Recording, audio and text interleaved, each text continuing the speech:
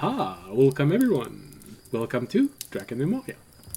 For those of you wondering what Drakenmemoria is, well, it's about Dungeons and Dragons. Oh, sorry, we're around a campfire right now.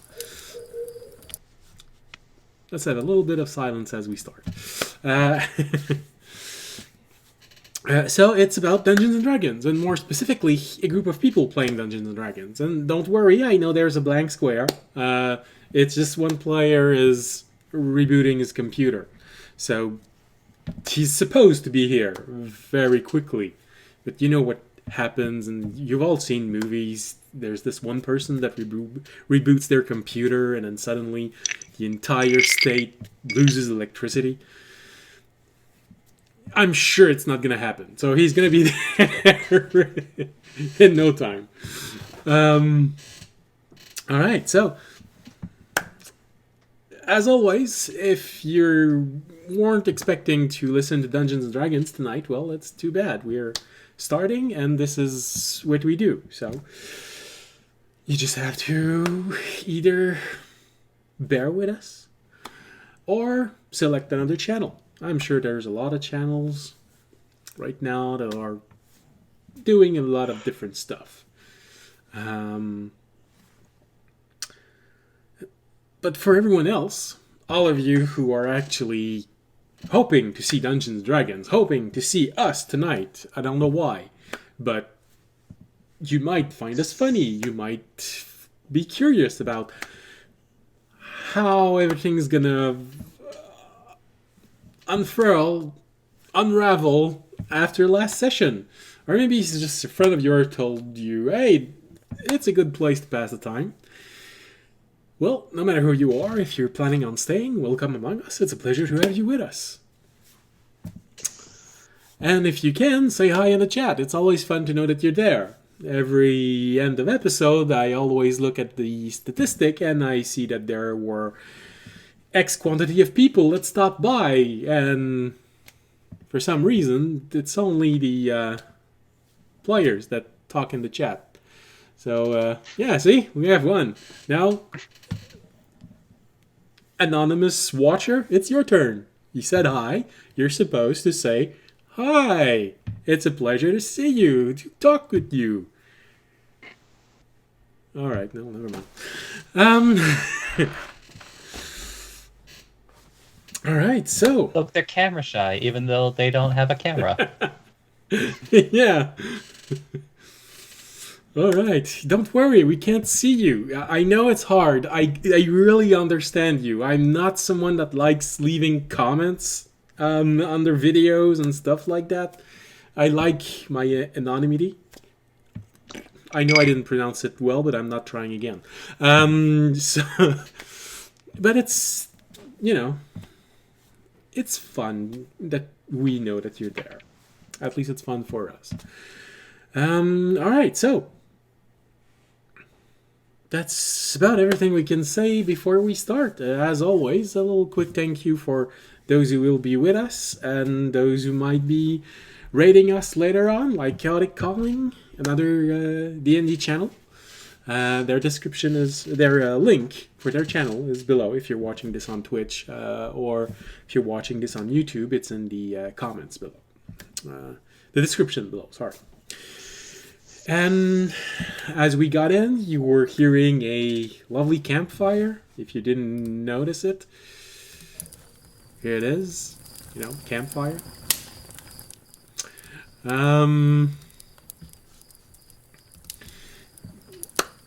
There's a link for where this ambiance came from.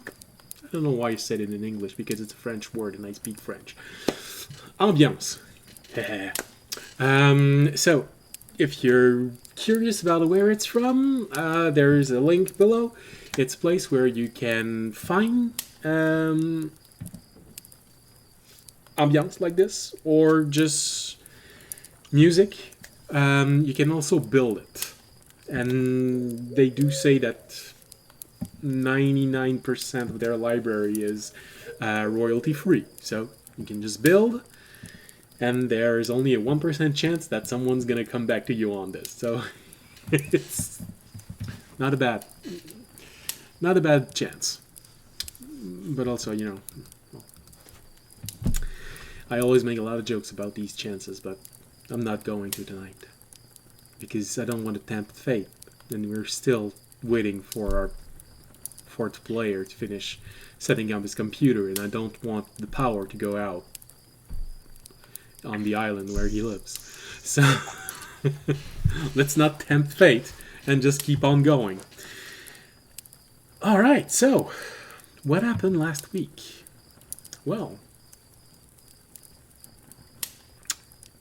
as some of you might have seen the title, it ended with a bang. The title for last week's episode.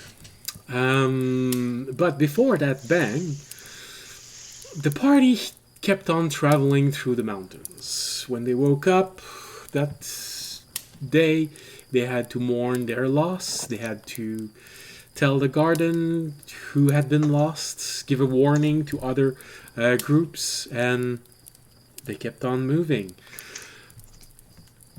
As fate would have it, by fate I mean a roll of the dice, they made a step into the creepy and unsettling as fog fell in the mountains everywhere at once. I know it's fog. Sorry, I heard a noise and it made me lose my place. So fog covered the mountainside, and the party was left trying to figure its way out, seeing shadows in the mists, trying to prepare for whatever might happen. And they eventually made their way to a town, which was supposed to be where they were going to spend the night, but as they got in, they found that it had been abandoned. Small signs of battle, a few corpses, heavy looting, but no one was there. They did a little bit of digging in the town. They found that someone else was in there. They went looking for it, because we actually don't even know what it is yet, other than it can speak, and not very well, the common language. So they followed, they cornered it, they started asking questions, and this is when our paladin realized that, oh, the creature wasn't evil, but there was something evil creeping in. And so everyone regrouped as they heard the dwarves, hey! Speak of the devil. Yeah! Or the paladin, in this case. Until the barricades arrive. We were just talking how you succeeded on picking up the enemy creeping in the town. And so everyone regrouped in the inn with the dwarves fortifying their position, and they were getting ready to have a long, drawn-out fight inside this abandoned inn, when suddenly Fisher remembered, oh, that's right, I was given stuff to experiment with. I apparently have explosive. Let's try it.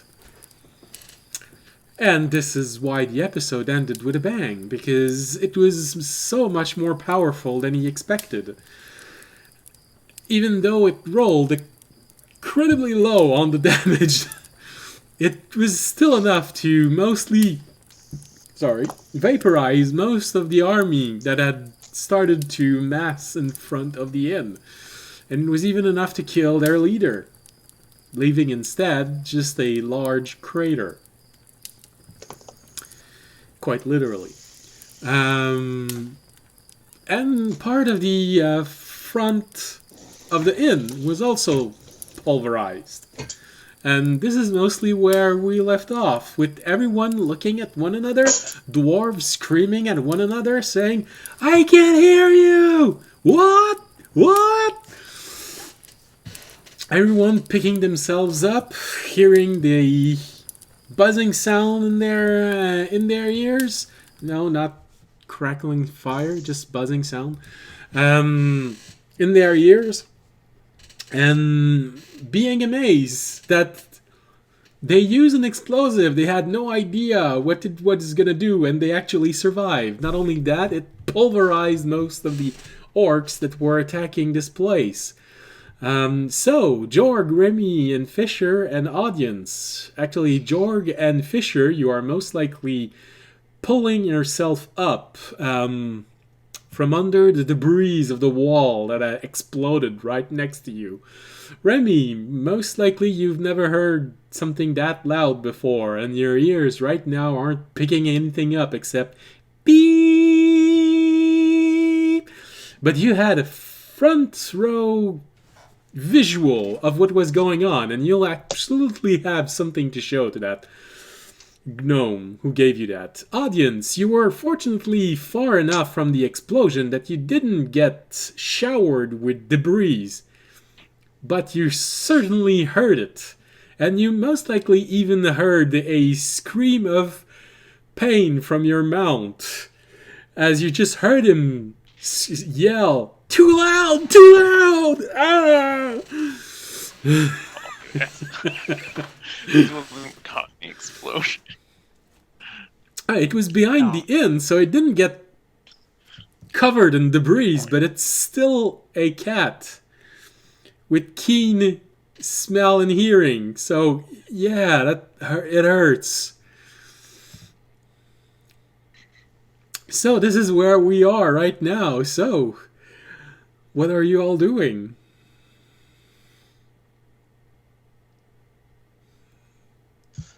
Making sure all the orcs have left. Well, most of the orc are just slowly backing away, and whenever they are at least 60 feet away, they just turn around and start running.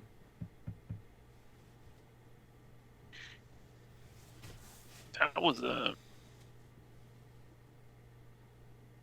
quite a device. What?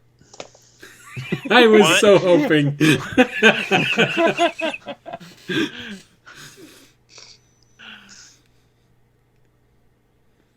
Hold on. I gotta. I'm gonna I think. What? try casting healing word on me and see if that fixes my hearing.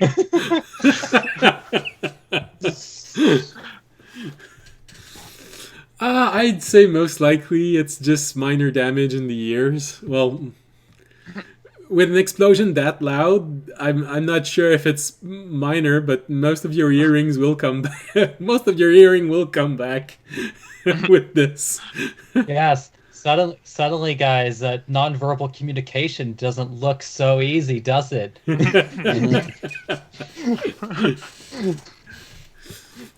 Harder than it looks, huh?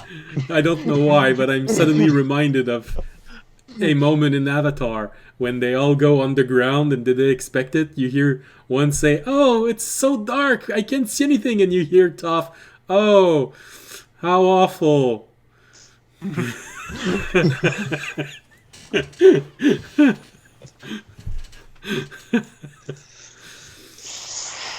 Alright, so yeah, you cast healing word on yourself, and the buzzing sound in your ears go from beep to beep. Oh, that's better. Can still hear it, but it's it's just my voice that couldn't go this low.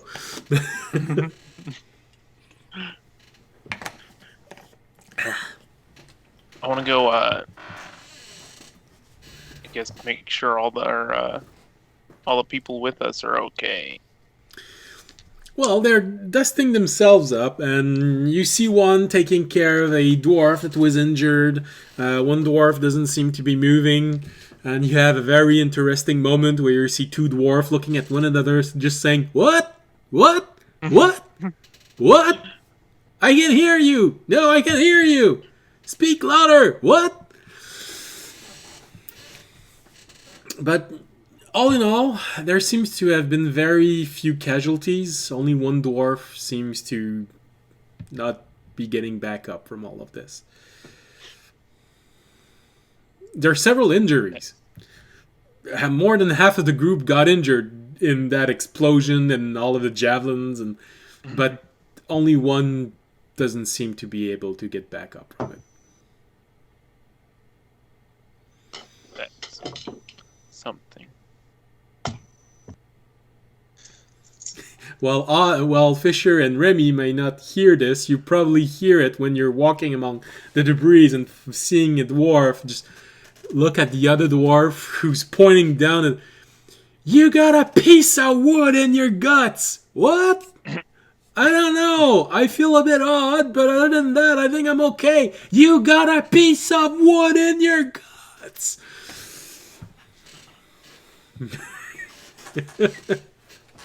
Remy, as Remy's walking by, that person turns his head, minor illusions, an exact image of what he looks like, and then just starts walking away. You hear the dwarf, "Oh God, why didn't he tell me? What? I kept telling you! Just tell it to me next time, don't..."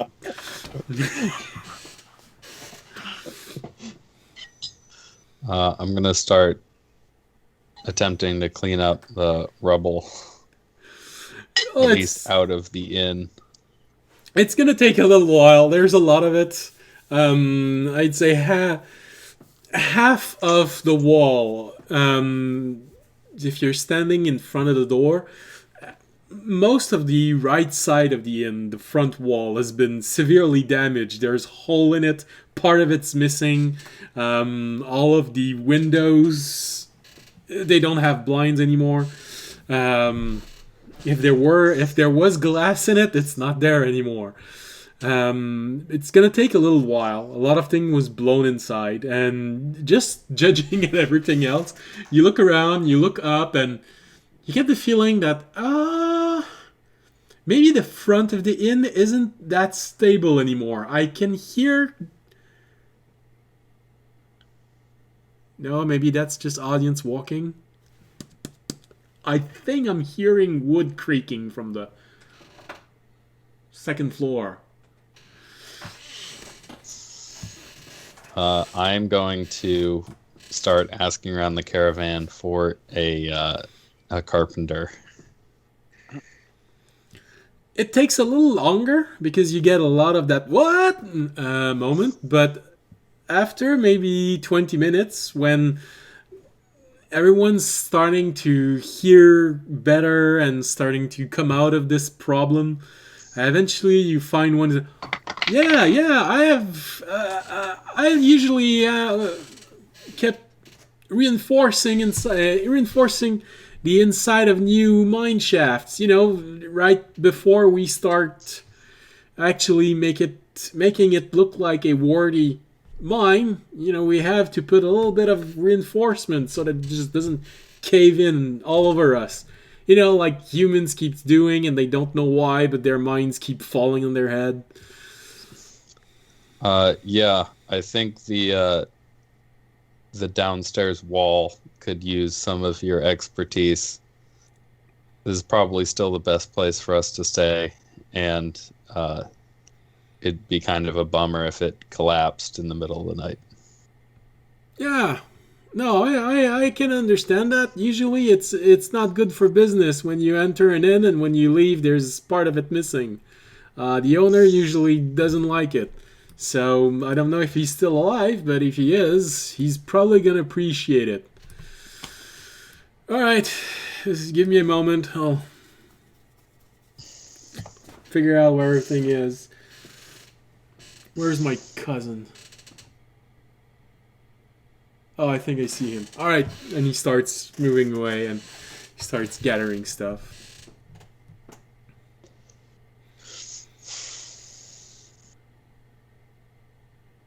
And then I will find everybody else, or collect everybody else of the group.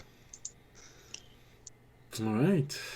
So, Fisher, Remy, and audience. Jorg, audience, and Remy. Where does Fisher find you? I would probably still be out, checking the damages to the barn. It's kind of like because there's now a hole in it, making sure the last, orcs ran away since I was at a different spot, making sure the people who came with me were okay, just things like that. Okay. Well, of course, initially you get that same reaction of everyone looking at one another, screaming, "What? What?" And you realize that one dwarf didn't survive the fight, but all of the other dwarfs seem to have injuries they can recover from. Most of them, just a good night's sleep's going to be enough. One of them is more severely injured, but he's going to survive it. As for your friend, well, you do have a moment where you see Jorg trying to speak to Fisher, and Fisher just saying, "What?" Remy giving images of injuries to people, screaming "what" at one another, and causing an even more panic reaction. After that chaos, when you keep on looking to the door at the back, make a perception roll. See, because it's not hard figuring out that it's been damaged, but figuring things out above that's... Audience will get the rare 18. Whoa. Damn. Well, to be fair, this happened to me last time. My first roll was for like a kind of pointless perception. I got like a nat 20. I think it's just like my first now perception roll of the day. So if it's my first roll, it's really good. All right. So you look around and you felt invigorated by all of this sound, shouting, and explosion. And this is why the adrenaline is there. And all right. You're looking around and you see a lot. All right. So you do notice that the door was almost broken in. Maybe another 10, maybe maximum 15 seconds of this pounding and the door would have just given up. So it's been severely damaged, almost torn off of its hinges, but it's still going to hold for tonight. It's not going to be pretty, and definitely no longer going to protect from the rain. But the barn itself seems to be in relatively good position. Said a bit of battle damage, but they didn't get through. As you're walking outside, patrolling to see if there's any orcs, you do get the impression that they did leave, probably out of surprise, because make an intelligence roll. See how much you know about orcs. Okay. This will be the bad one.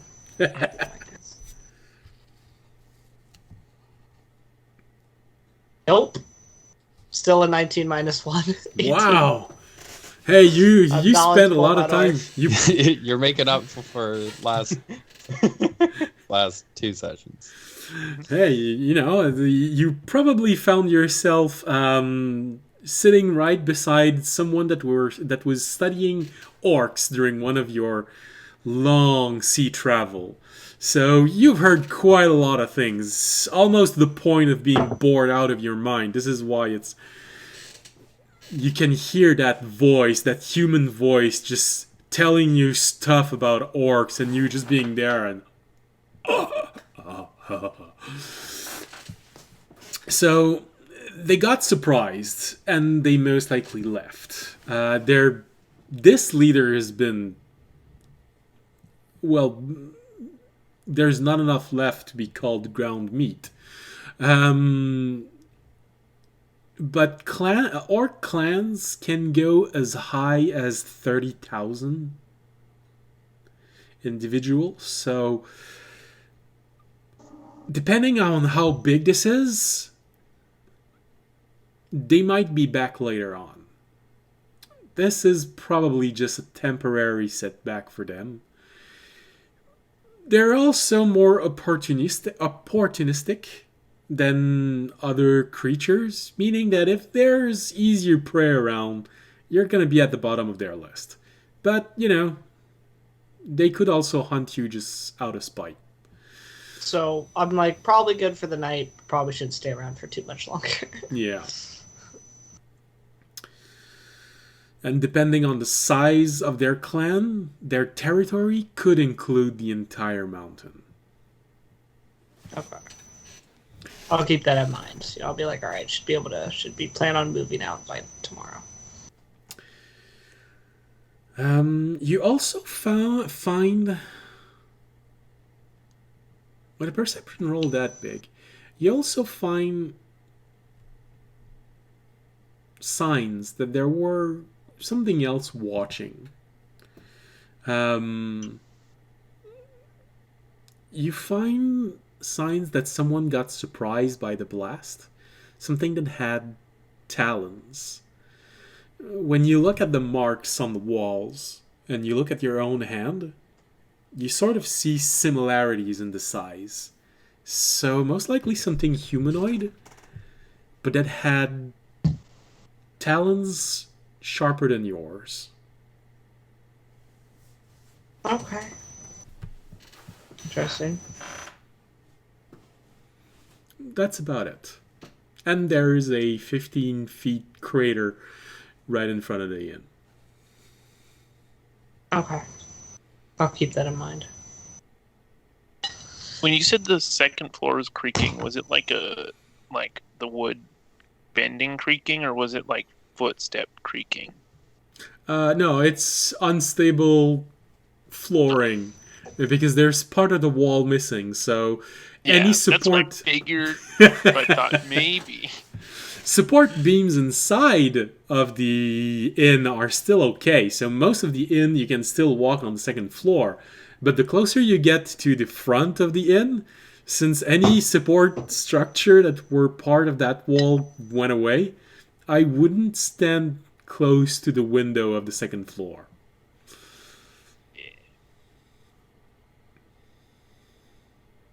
I'm not going to go up to the second floor. I'm just going to keep tending the wounded. Get that steak out of that one guy. Well, in that case, make a medicine roll for me. See how well you're doing. Ooh. 8 plus 7, so 15. That's better than I expected. Yeah, because if you were stopping at 8, I would say, ouch. But alright, it's at least it's 15. So, it's not because they can't hear you that they can't feel it. But yeah, 15 it's good enough. You spend a little time. You help them with. They did have medical supply in the cart, so they just open probably one bundle and start bandaging themselves, and takes you maybe the better part of an hour tending to everyone. Cool. Alright, so Jorg is helping being a healer. Audience is evaluating the surrounding area. What's Raimi doing? Yeah. Raimi has snuck off back to the house they were originally at before this whole mess started. Okay. Because that guy was kind of by himself during this whole thing. And he's kind of wondering if he's okay. Alright, make a perception roll. See what you find in there. That'll be 22. 22, alright. Alright, you make your way back there, and you don't see anything else. You do see signs that some additional house were looted, but you don't see any signs of anyone in any of them.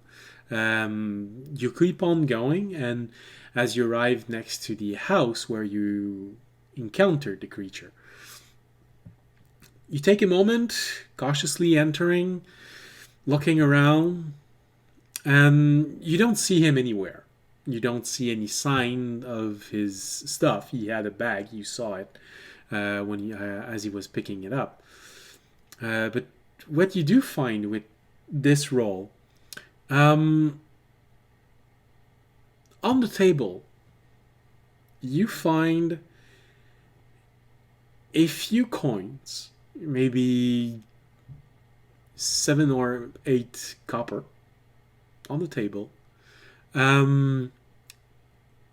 You find stone coins made to resemble silver coins, or maybe they look like silver coins and they were left there. And there's a piece of raw mineral there. You're not sure. It looks like some sort of metal, but the whole thing gives you the vibe of a child leaving something for Santa Claus before going to bed.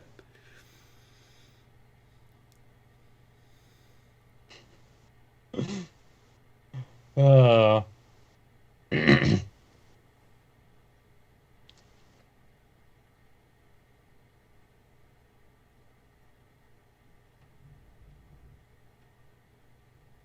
You do I notice that guess most of where food would have been stored, it's all gone, and there's whatever would be left in terms of clothes, in what you think is where the adult slept, has been looted.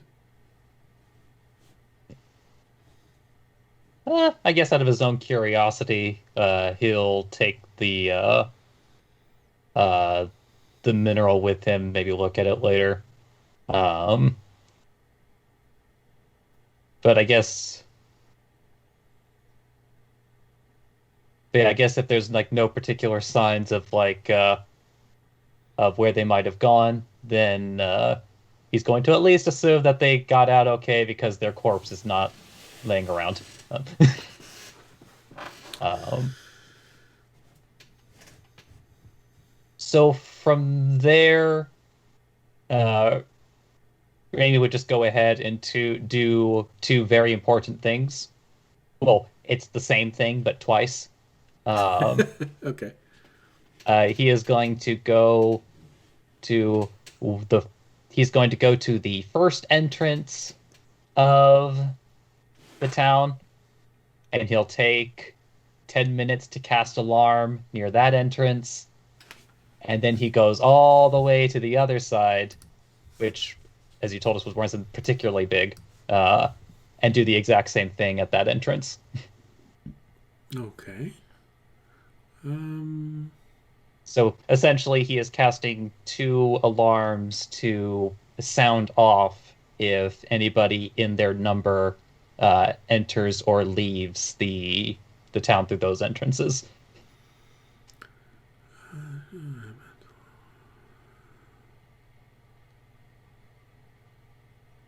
Huh. You can cast it multiple times. Yep. I always thought that it ended when you casted it again. All right. Well, then in that case, So for reference to everybody else, he would have been gone for upwards of 20 minutes while doing that. But maybe you saw him running across the tavern, like running to the other side around the 10 to 11 minute mark. it's like watching a raccoon moving about. You see him leave, and then suddenly coming back, and then crossing your path again, and then eventually coming back to where the inn is. Hey, we have someone in the chat. It's been so long. Hi. And I think it's gonna be a long, long time. All right. So that's about what you see from Remy, going in and out, crossing your path and coming back. He looks like a busy creature. But you know, raccoons, you can't trust them.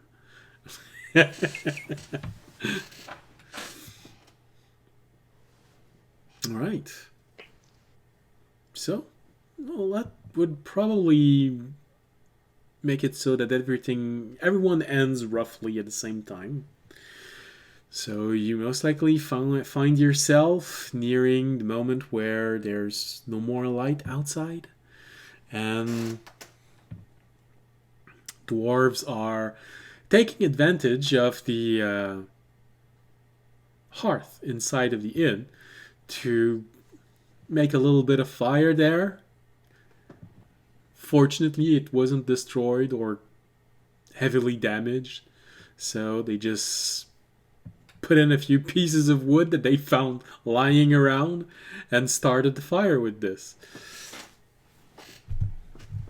And as the sun is slowly setting and light completely disappearing, you all find yourself back at the inn, or 87% of an inn.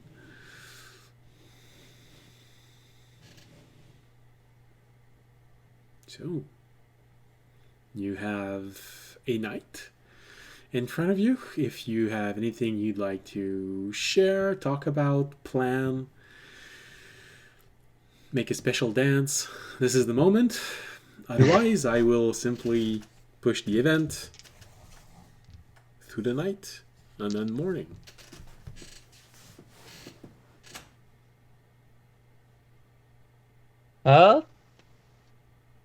I mean, I guess since Raimi might as well have the time, he would, similar to in the morning, spend an hour trying to break a rock. So you find a piece of the first floor inn.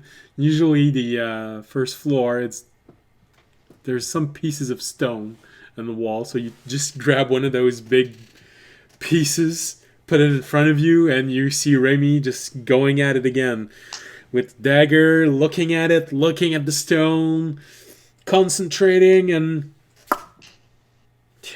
seeing deception in his eyes. And taking a few moments and starting again. So as you all hear this continuous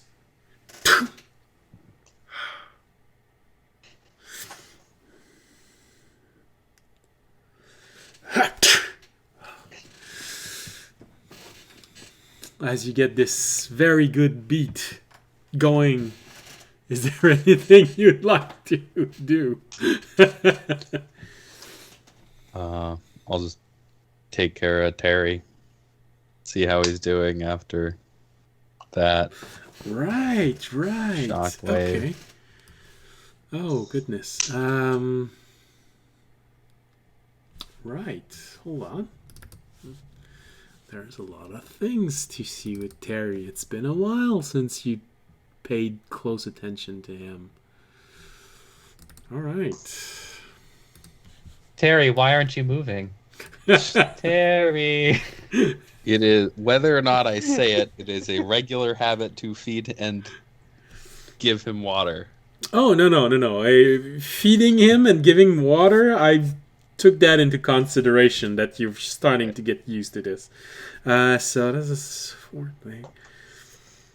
5th day, 6th day, 7th. Like 3rd or 4th time of him almost dying to either of those things. 8.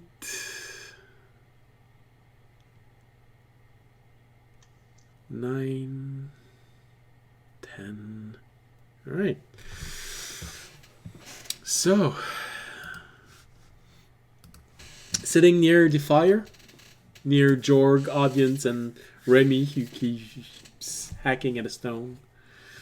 I will strategically have my back to Raimi so that Terry won't be able to see him stabbing something repeatedly with a knife. All right. So, He's learning. Yeah, it took a while, but he's starting to get it. You know, he's gonna get how to treat a child worm. Maybe before he becomes a teenager. So, you open the box, and first thing you see is something slightly odd.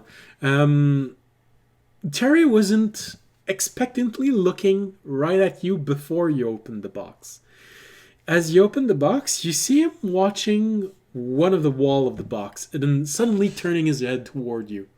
And then slowly sliding in front, of where he was watching and then just looking at you. You should check his browser history. D-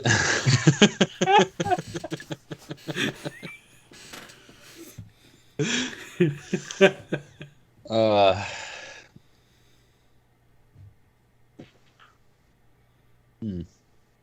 Because of um, because you've actually been through this in the garden, you know that there's one or two things he's either doing right now. He's either waiting to see if something happens, or he's actually trying to speak to you. mhm. Um, I guess I'll start off with. Well, if you're trying to say something, just still can't hear you. Still got to work on that. And then I'll give him some, well, whatever, little fruit and water. All right, so you give him. Does he look Yeah. different? Physically, you don't notice any difference. However, you do notice one difference. He seems to be thirstier than usual.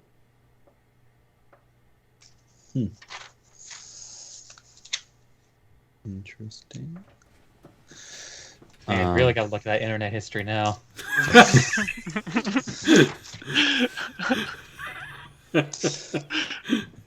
We got to find a way to quench his thirst. Yeah. I guess yeah. What were you looking at? It's the first time I've opened the box and you haven't just been staring at me. You just see him look at you intently. Which direction was he looking when I opened the box? From where you are, it's directly behind him. He positioned himself right in front of where he was looking. Sort of a subtle slide between you and where he was looking. I will take him out of the box and examine it and or clean it if it's gross in there. Make a perception roll.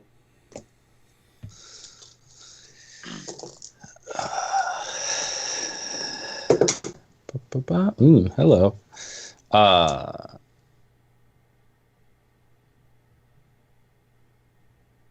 19 or 22 with Terranet. All right.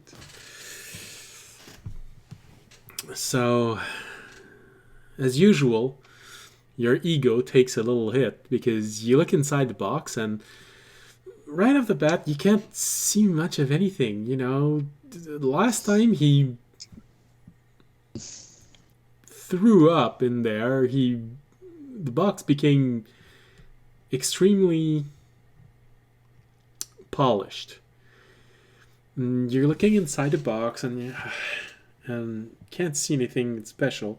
And then suddenly you hear Taranad go, "Is it me or there's some small unpolished bits inside there?" And this is when you notice it. There are extremely fine and small indentations. It looked like something that's been burned in, as if someone took acid and used that to carve the inside of the box. And as you look at the box, you notice that this is covering 2 of the walls of the box. So it looks like a carving, not like he's trying to like dig out. No, it's really just small lines and dots, and that just covers the back wall of it and one of the side wall. Does it look like a language?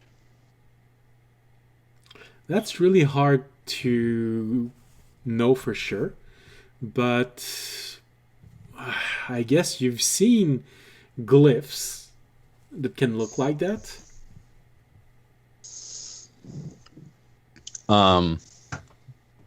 What is Terry's reaction to me examining the box?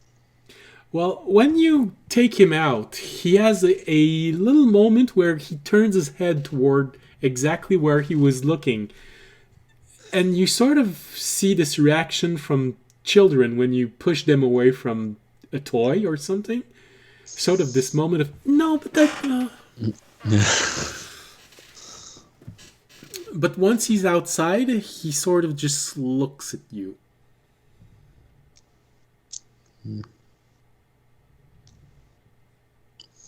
I hold the box up to him and point at it. Go, what's that?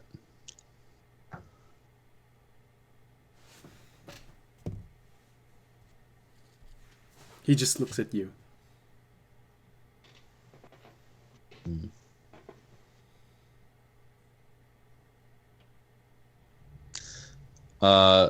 Ramy, you busy?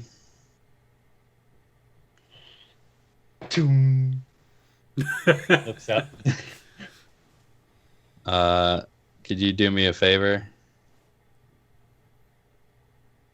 And like cocks his head, but gives a nod. That spell you from your book that lets you understand people. Does that work on words too? It's Raimi nods. Could you cast it? I'd like if you could take a look at something for me. Just neatly puts his rock to the side. Puts the bloodhound on top of the rock. As you get closer, you see an instinctive reaction of Terry just sliding closer to Fisher and trying to put Fisher between you and him. Pulls out his book and starts reading for the next 10 minutes. All right. Well. So, unfortunately, I haven't finished writing it all, but I am not going to give it to you on stream because I am going to spend the next 45 minutes reading if I do so. Wow. Okay. Yes, I have written. Boys. I have written several pages of this, but I am going to be a read diary that's just roasting me. I am going to read the first paragraph of this, and this is where it sort of dawns on you that this creature is a whole lot more intelligent than a lot of people thought.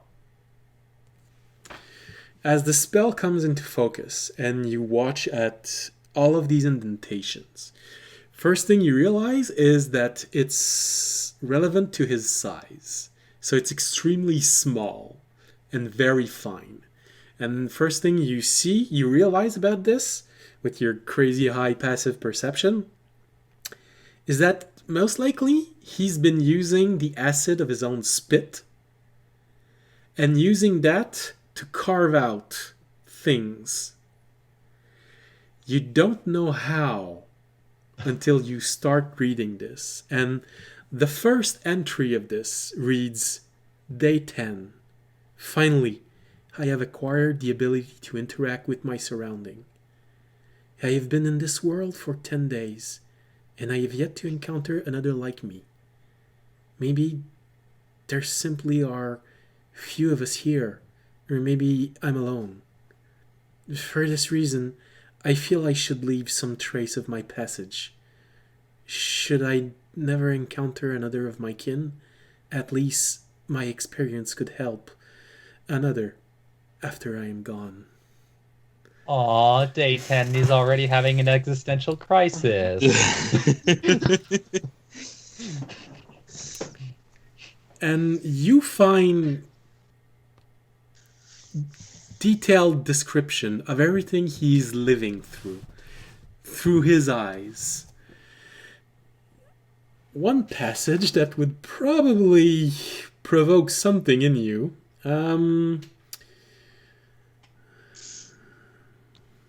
Is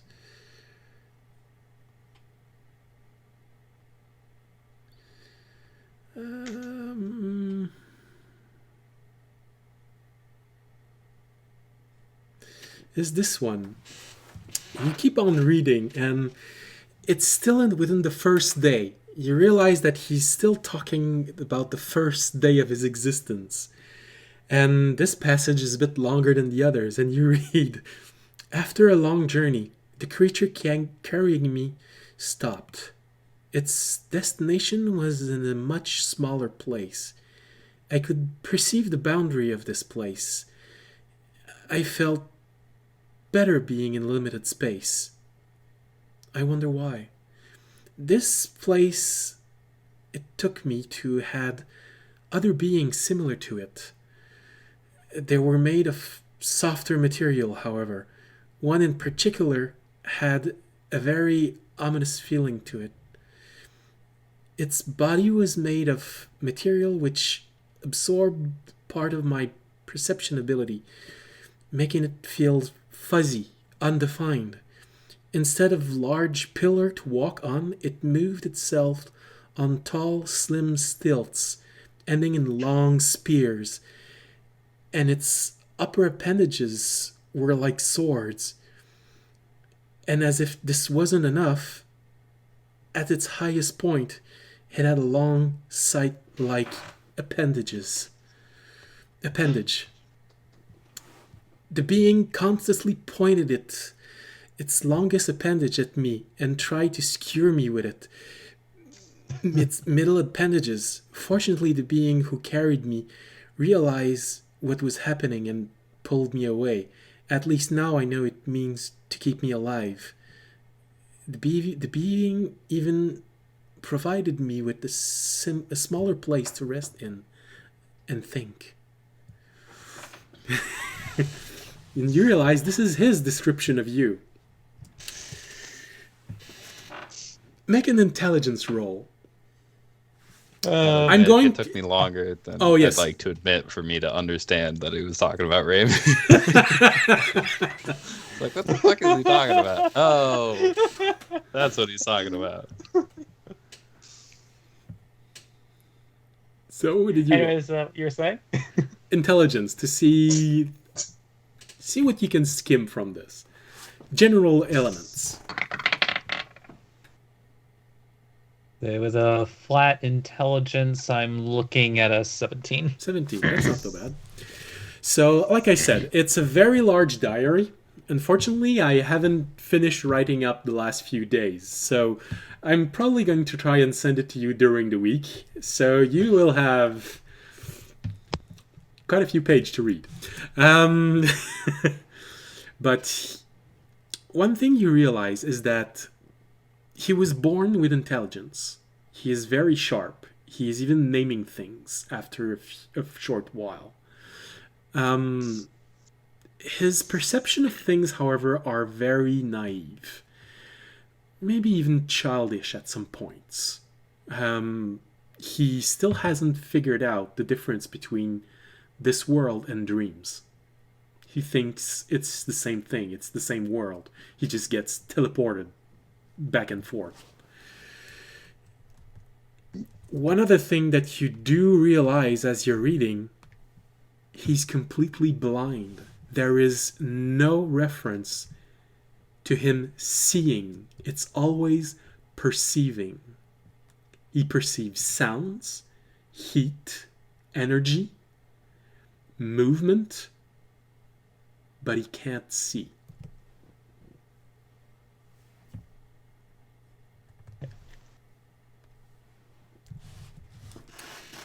It's so maybe just like as he's like gone through like the certain section that you've already read. It's just like kind of like looks up at Fisher.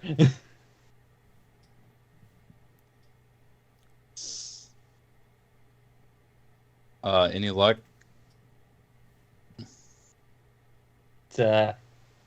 He minor illusions what appears to be a book of fairy tales.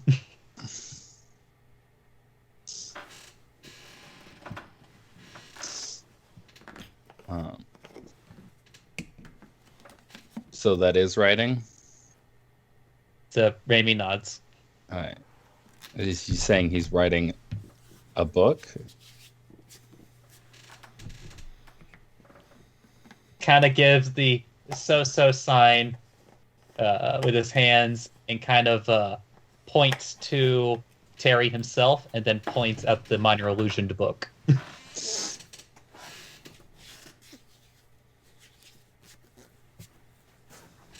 Like a journal? Raimi nods. Huh. That is interesting. How far back does it go? Total of 11 days. Yeah, so he kind of raises two of his hands and then lifts up his foot to do the rest. Fisher, you make the quick math in your mind. 11 days would take you right to the moment of his birth. The very same day. He was already intelligent enough to start understanding the world around him.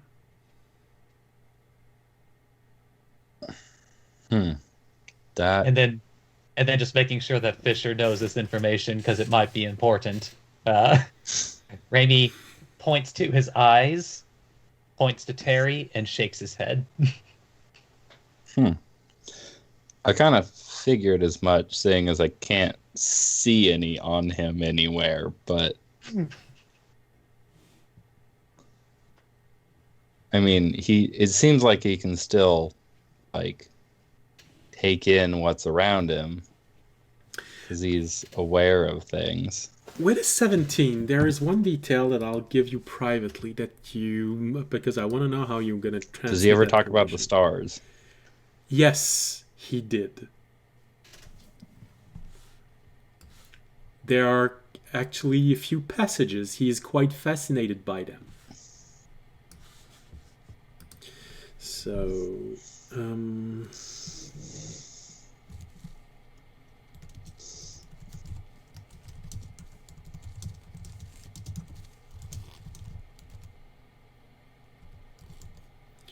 man.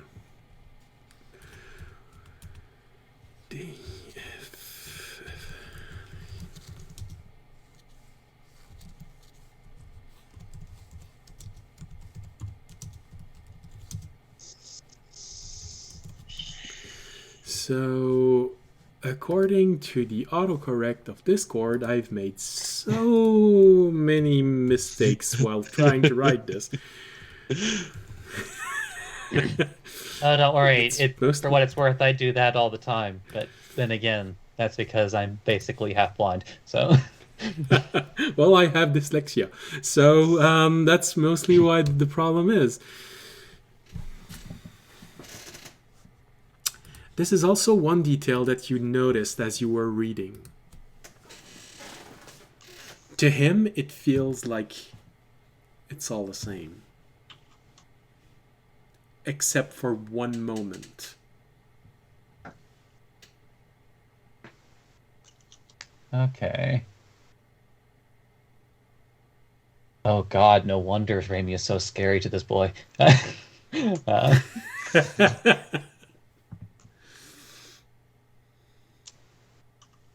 In D&D terms, if you want to know, he is using a form of blind sight and tremor sense. Uh-huh.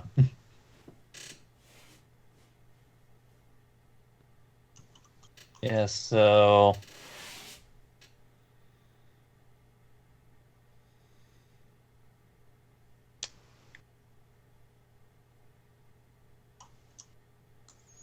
Okay. Raimi will at least try anyway. Raimi is going to also point at Terry. Point to Fisher's mouth. Raimi is then going to make a honking sound and minor illusion an equal sign.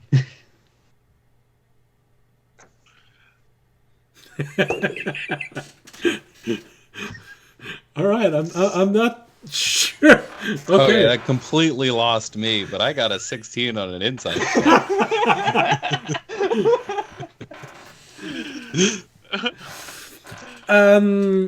Basically, what you get from this, image-wise, is when you're talking, it's roughly the same thing as in with Charlie Brown, when adults talk.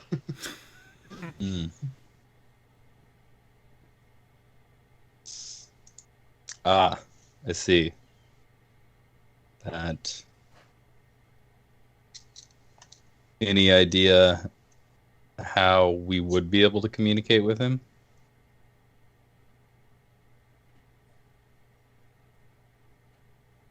There's one passage at one point, and you think that it was something that happened.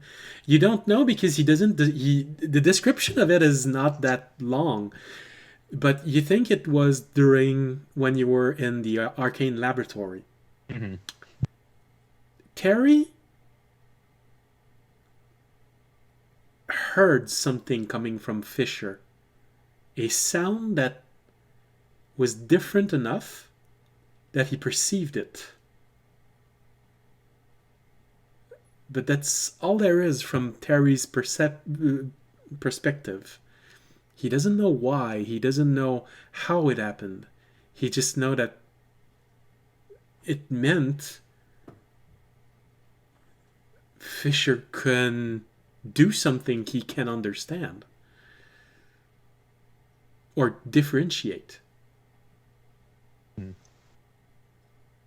Raimi is going to minor illusion, I guess what would essentially be like a mini scale version of the building. Of the lab. Or I guess the room of the lab, I guess. You get the idea. So you basically get a slideshow of you entering this place where you see the tiled floor and the corridor with all of the three types of magic that were inside, and then suddenly the large room where you made your camp at one point, which is the most defining trait of this room. So, do you think there's something in the lab that we could use, or something happened in the lab that he mentions? After you say that phrase, he nods his head. Is he specific about what it is? Shakes his head. Interesting.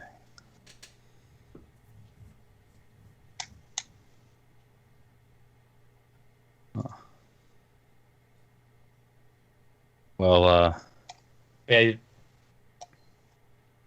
thanks for helping out. I'll, you should probably get some sleep. But, yeah, I guess I'll have to look into this more. You wouldn't. No, never mind.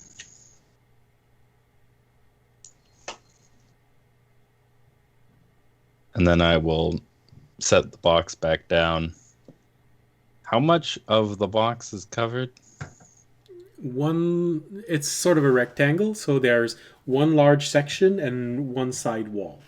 So basically he's covered, you'd say, a little over a third of the room that he can actually access if you think he's going to ride on the floor also. If you think he's only going to ride on the sides, he's covered half of the space. I am going to snag what I'm sure there's plenty of lying around. Just like a small chunk of wood. Easy enough. And just spend a little bit of time basically making like slates for Terry in case he runs out of room. Okay.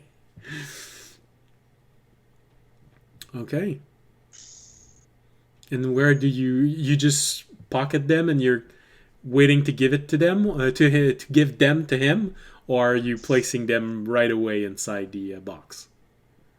I'll place him on one of the walls he hasn't used yet. Okay.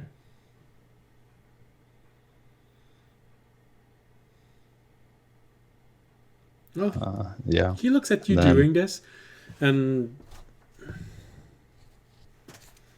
he just looks at the new slate.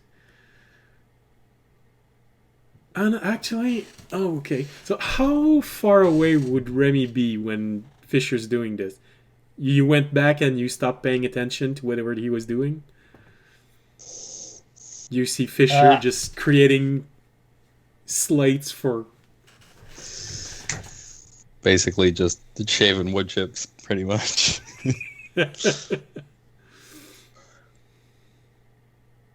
But to answer that question, I guess, like after Fisher dismissed him, he would have walked back over to his rock and just like began to, continue putting his hour in. So depending on how quickly he started going about that would determine whether Raimi noticed it or not. Okay. Well, in that case, the only one who would see this, unless Jorg and audience actually feel curious about what's happening, because Fisher and Remy have been talking for a while, and Remy even started reading for a good 40 minutes. All of this, because comprehend language creates equivalence. So it can be odd, because at some point, Terry started naming things. And of course, it's sort of weird when you read about the creature saying, I am going to call this night. For you, well, of course it's night. Oh yeah, that's right. I'm reading a translation, so it's his own word, actually. He named it. And it means the night in mine. And because I actually know how translating things feel, their comprehend language does do a little bit of grammar. Because just translating things word for word would make for a really hard read. And I think Dungeons and Dragons neglected that point when they described the spell. I mean, audience is more worried right now. He's probably going around checking on the morale of the caravan, making sure everyone's kind of, they've had to deal with 2 attacks in 2 nights, and just making sure everyone's, kind of morale is still up, and just checking in with, the people, since a lot of them have died or are injured. Checking in with the caravan. That's what probably he'd be up to. Okay. All right, then I'll get to that. But then Fisher, this means, unless Jorg, you're right next to Fisher and you're watching everything that happens and hoping that something will happen that you'll find cool, but otherwise you're mostly just watching Remy read the inside of a box, and then suddenly everyone gets excited.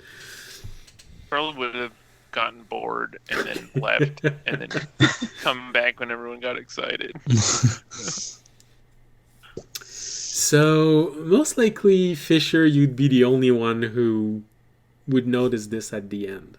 As you're doing all of this,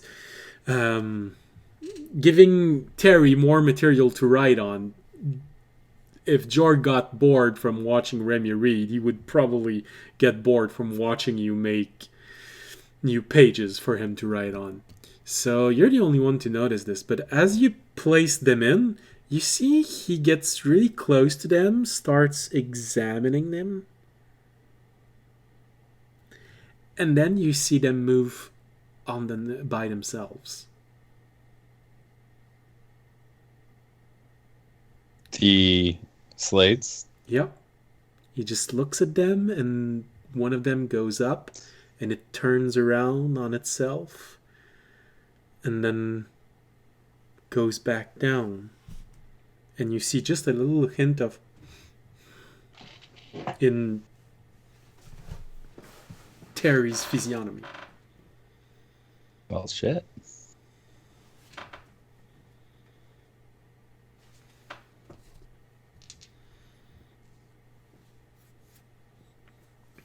But you're the only one to see this detail.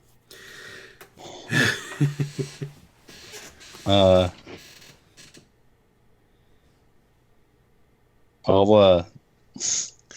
give him a little extra food. And then I'll kind of leave him out and just do sentry rest. All right. So you place him out, give him a little extra food.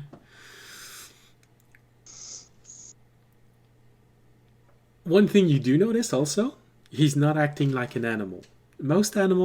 Some do, but most animals don't make, usually at least, few insects do, but most animals don't make reserve. But you see him eat a little bit of food, and then when he's done eating it, you see the little piece of food going up, going inside the box, and then get pushed near one wall.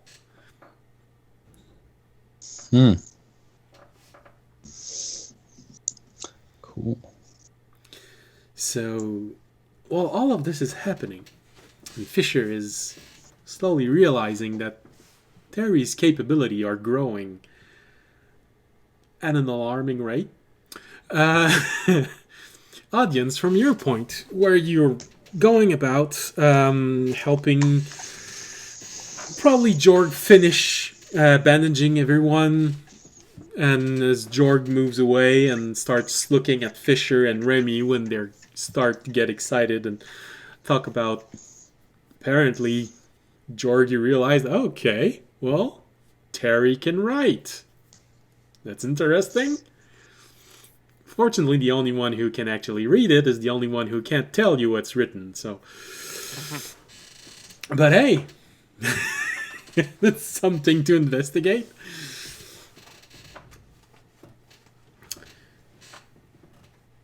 Audience, as you're moving about, you slowly realize that, well, the morale of the caravan isn't soaring. They've nearly lost a third of their group. They know that they have at least 3 more days in the mountains if nothing really bad forces them to stop at one point. They're considering making an additional stop because the last leg of the journey, basically you have 1 day to get to the next town, and then from that town there's 2 days that you're gonna be traveling. Right at the point where it would be the end of the first day, there's a fork in the road. If you go right, you go to a very small settlement. If you go left, you have to travel for another additional day. Initially, he was considering just making the run because he's learned from the message he got, the monastery really needs those supplies. But because of how dangerous it is, he's considering stopping at this little encampment, which is barely 2 hours away from the intersection. So it would be a 1 day to a town, 1 day to a town, 1 day to this small encampment, and then 1 day to the monastery. It wouldn't slow you down but he'd feel safer doing that because of how hard things have been. That's about everything you get as information. As I said, their morale isn't soaring. Their leader is still alive, so that always helps. And you see that he's deploying a lot of energy, reassuring the other caravan members. Some of them have been surprised in a bad way of the explosion early on, and you do hear a few dwarves just going about saying, do we really want to keep going with people who can blow us up with a mistake? Did you see the size of this crater outside? And they're whispering because, they don't want Fisher to hear this. Did you see the crater outside? This could be us while we're walking. Imagine one of those priests throw at us a blizzard. We're all just gonna go. One says, well, they've also defended us. Yeah, but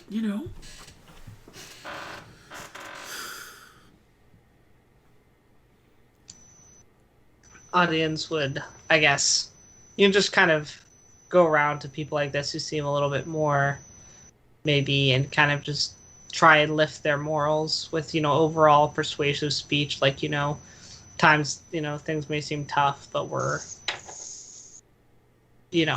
we've made it through these trials, we've gotten stronger, the worst is behind us. Things like that. All right. So I guess that would just be a general persuasion, probably. Yeah. What doesn't kill you makes you stronger. Stand a little taller. The issues they're worried about what killing them, what does kill them. Then they look at the guy right next to them and they don't have any legs. Yeah, they make you stronger, make you taller. Yeah. First bad roll of the night. That's only a 7. Audience is not very persuasive. After a moment, you sort of realize that you're coming on a bit too strong, and you're sort of using the wrong examples. Like, a friend of mine kept trying to convince a paladin, it's a weird coincidence, that he was the right rogue for the group. Instead of saying I can disarm trap, he kept saying I can kill people without them knowing. So that's a bit of the same situation for you. Instead of, you have good intentions and you arrive in front of them, don't worry, we'll protect you. Instead of just saying the light will be there, and you just go on about, some of you may not make it through, but we will make sure that your sacrifice isn't in vain. And don't worry about it. No, hold on. I've got the perfect reference for this. Are you ready for this? Some of you may die, but that is a sacrifice I'm willing to make. It will be for a god. Not your god, but for a god. Yeah. So, after a while, you sort of realize that, oh yeah, they told me about these. Alright, I chose my word poorly, I'm sorry. So you don't really help the situation at the end of the night. You're looking at everyone just looking at you weird at one point. Yeah. They don't get much sleep that night.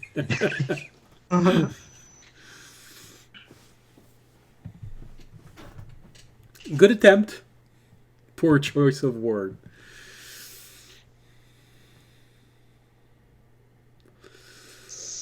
All right. Anything else?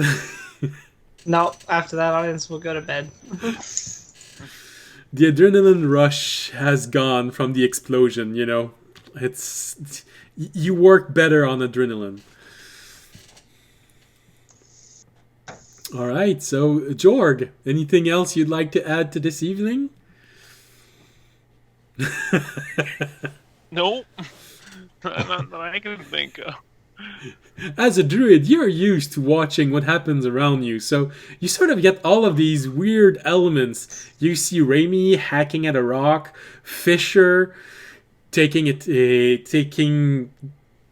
better care of Terry than he has in a while, and suddenly getting excited, and for Fisher that doesn't translate into a whole lot, but he becomes more active.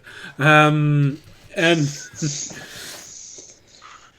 then Remy getting involved in this, and then suddenly Remy moving away, and then Fisher starting to carve pieces of wood in long, boring stick, flat on one side, both side. Okay. And then you see Fisher, audience, talking to people, and whenever he leaves, everyone looks at him with a weary look in their eyes and feel like they're more afraid for their life now than they were before. That's your evening of perceiving what goes on around you. He did actually think about something. He wants to make sure that nobody does have to worry about that other... I don't remember how many explosives we've got, but he also is a little worried that... Where do you keep those? Just in my backpack. I'm thinking, seeing as we're getting hit with things, maybe we should put them somewhere more secure.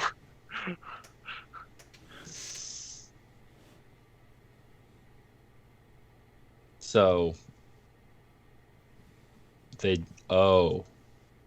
like, imagine if someone shoots a bolt at you, it hits you in the backpack, and sets off one of those. Yeah, that probably wouldn't be great.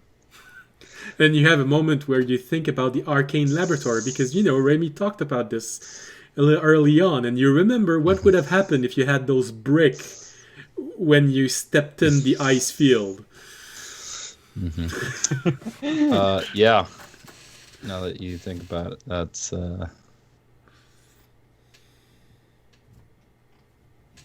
Yeah, that's a good idea.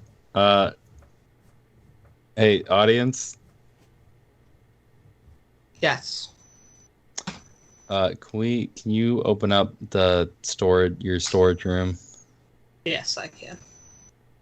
Jorg's made me aware that it's probably a good idea to store the other two of these in a safer place. Yeah, I could see that. If they're in there, then what if we need one again? Well, it doesn't take that long to open. And that's a good point.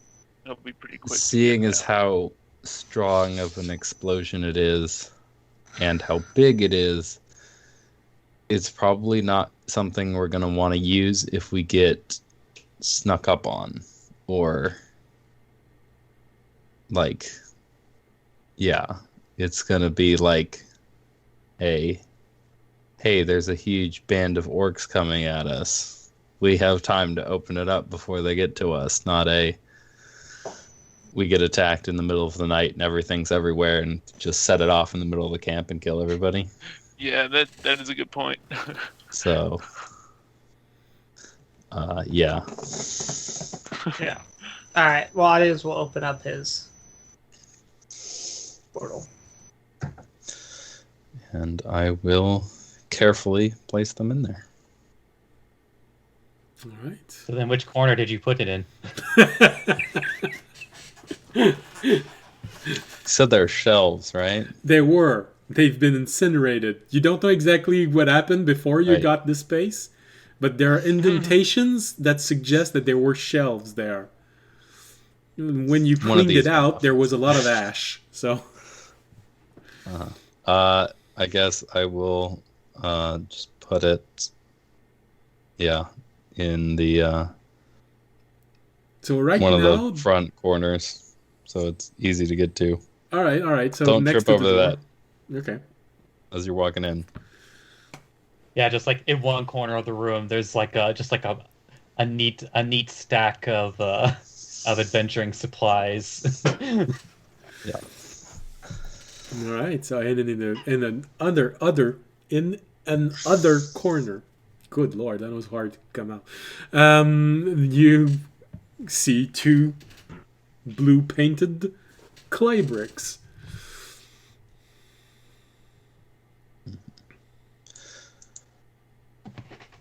All right. Also, and then we realize that it becomes like absolute zero when the portal closes, and when we open it up again, everything is exploded again. yeah, everything's ash again. It's just like we found it.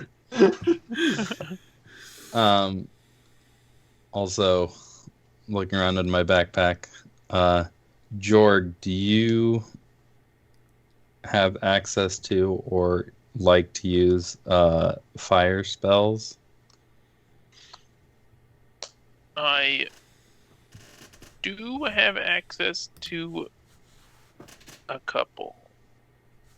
The only one I regularly use or have prepared, I have to cast on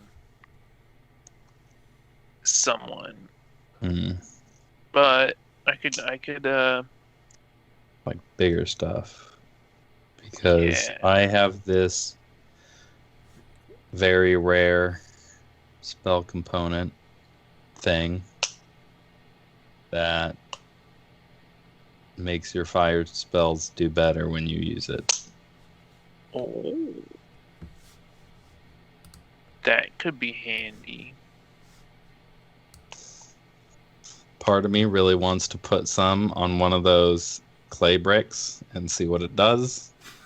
But I'm going to leave that up to the gnomes. Because another part of me really doesn't want to see what that does. Or be there when it happens. Oh yeah, I guess- they're gonna love it. The Shard dust is what you're looking for. Yeah, that's in the things that I've prepared. Homebrew items. there's not a whole lot. But I'll give you, now that I don't have Chromatic Orb anymore, and that was kind of my one leveled fire spell, I will give you all four. I mean, Wow. just more Charges. reason to cast Flaming Sphere, mayhaps. I guess. Yep. So You're a wildfire druid, right? Oh, every druid gets that one. So to resume what it does, the dust can replace any component, even those that have a monetary value, but it's a single use. So when you use it, it gets used. It's going to you have to use it on a fire spell, and if it's attack roll, I believe it gives advantage on hitting. The damage is maximum damage, and if it's saving throw, the other person does its saving throw at disadvantage. But it's single use material, so where you have 4 use of it left, I think. Yeah. So you can only enhance a spell in such a way 4 times, and it only works on fire spell or Yeah. a spell that you can choose a fire effect. It does say it doesn't maximize the damage. It says you can re-roll the damage. Oh yeah, re-roll the damage and take the better damage. Yeah, that's right. Yeah. But gives advantage if it's an attack roll or disadvantage if it's a saving throw. So what if I use it on something like, because flaming sphere sticks around. So would I re-roll With a damage every duration. time I hit something with it? Depends on the wording of the spell. Hold on. It's sticks. I don't have much fire spells. I've got that flame blade. Flaming sphere. Okay, so let's turn on the sphere. I must make it. The creature takes 2d6 fire damage on fail save, or since it's something that is rolled every time the creature takes damage, you would re-roll the damage every time. But every time you roll the damage, you basically have advantage on the damage that it rolls. So you roll 2d6 twice, and you take one of the two rolls that's the most advantageous for you. Cool.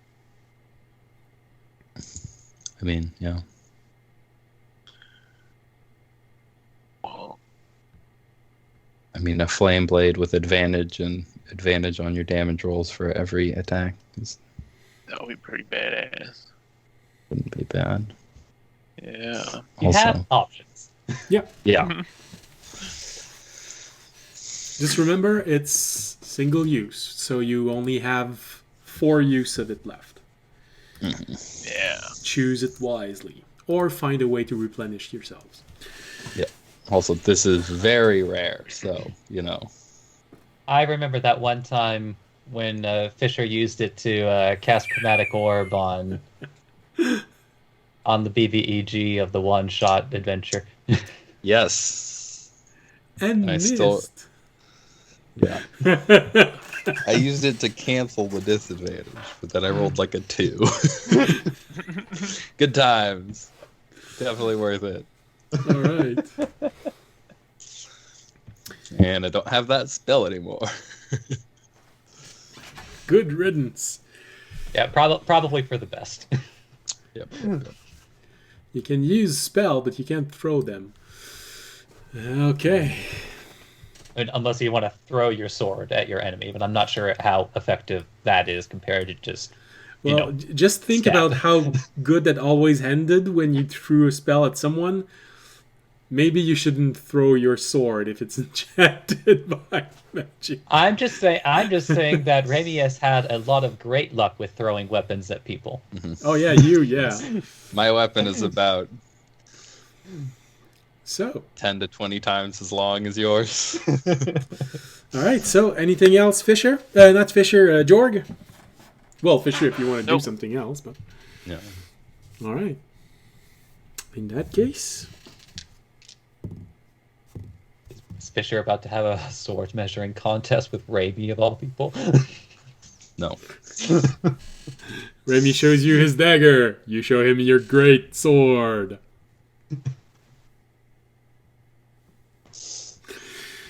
All right. If we're talking about literal swords, that's a quick and easy answer. If we're not, that's not applicable. I don't know. In Spaceball, it was pretty weird. All right. So, you all go to bed. Fisher, you fall into your sentry rest. And make a perception roll for the night. Remy, do you put up a tent? Or do you just calmly sleep inside the 87% inn with the 2 doors of the town covered by your alarm? Remy doesn't want to alarm their traveling companions again, so Okay. he's going to hope that those two alarm spells are enough for the night. Okay. All right. So, Fisher, your perception roll. I'm pretty sure I've only rolled 17s tonight. Well, that's a bad sign for later, but go on. Yeah. But maybe it's to make up for the fact that the first time I attempted to roll, I missed my dice tray by about as much as Fisher usually misses with his spells. So Okay. That was awkward. So basically, But what you're that's- saying is that we shouldn't have fights tonight. It's not going to go well. A 19 or a 22. All right. now. Okay, well, in that case, you start your sentry rest. You stay well informed of everything that you can see. Do you go outside of the inn, or are you staying inside the inn? You have a greater than normal field of view inside the inn. Yeah, I was gonna say inside the inn is kind of the same as outside the inn. I'll probably hang out just inside the Okay. collapsed wall, so outside but also inside, Okay. So, trying to be attentive to see if it looks like it's gonna fall. so a little bit stressed all night long, looking up. Okay. So throughout the night, you notice all of your friends and a lot of people doing their best to go to sleep. I'm pretty sure audience falls asleep very quickly. Oh, okay, it's your mother. I thought it was a dog. I said, do you have a bigger dog now? I keep seeing. I kept seeing a blonde piece of fur moving about behind you. But is that a new dog? No, I just saw the head go up. Oh. So Andre, do you wanna take this one or should I? Good Lord. Because I've got at least 5 jokes ready to go right now. I'm gonna leave that one alone. Well, we're about to go on break, so you can do all of these jokes off camera. So, Fisher, you look around and you see everyone going to sleep. Audience most likely falls asleep very easily, as he always does. Jorg, out of boredom. Remy, very aware of his surrounding, up until to the point where you just hear...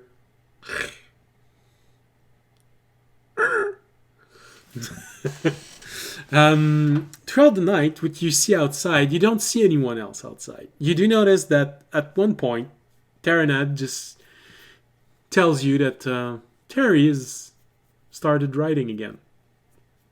Don't look. But he started writing again.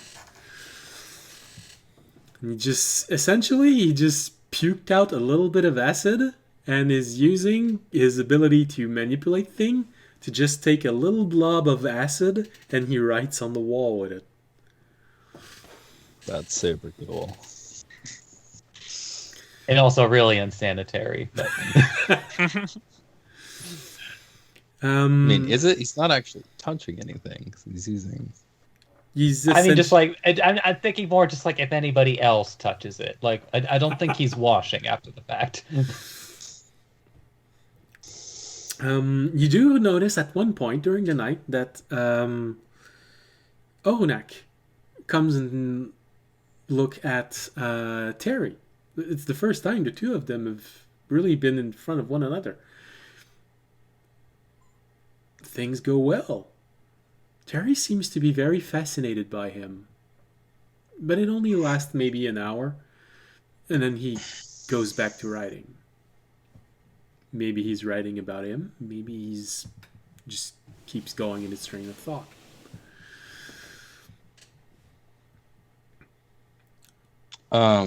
Yeah. Did we find any dirt in this town?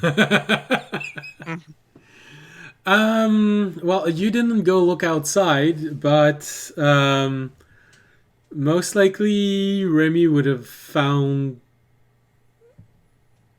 small gardens that people would have most likely grown herbs in. Then, after a little bit, I go, Oranak, I think Remy found some soil around here. You'd we'd be able to bring you back in. Do you want to go recharge for a bit? Oh, that wouldn't be a bad idea. I mean, I've used a few spells. Yeah, why not? All right. Oh, in that case, he lets himself fall into a hibernation state, and suddenly his trunk and the colors goes grayer and grayer, and a little Before he starts, we'll go, just stand here. and put your hands up. Okay. Now put your arms up like this so that so it looks like a T. And then I'm sure that carpenter is good, but it kind of looked like he got his bell rung a bit from that explosion. So I don't know how good his work here is. Yeah. I was sort of glad that I don't have ears.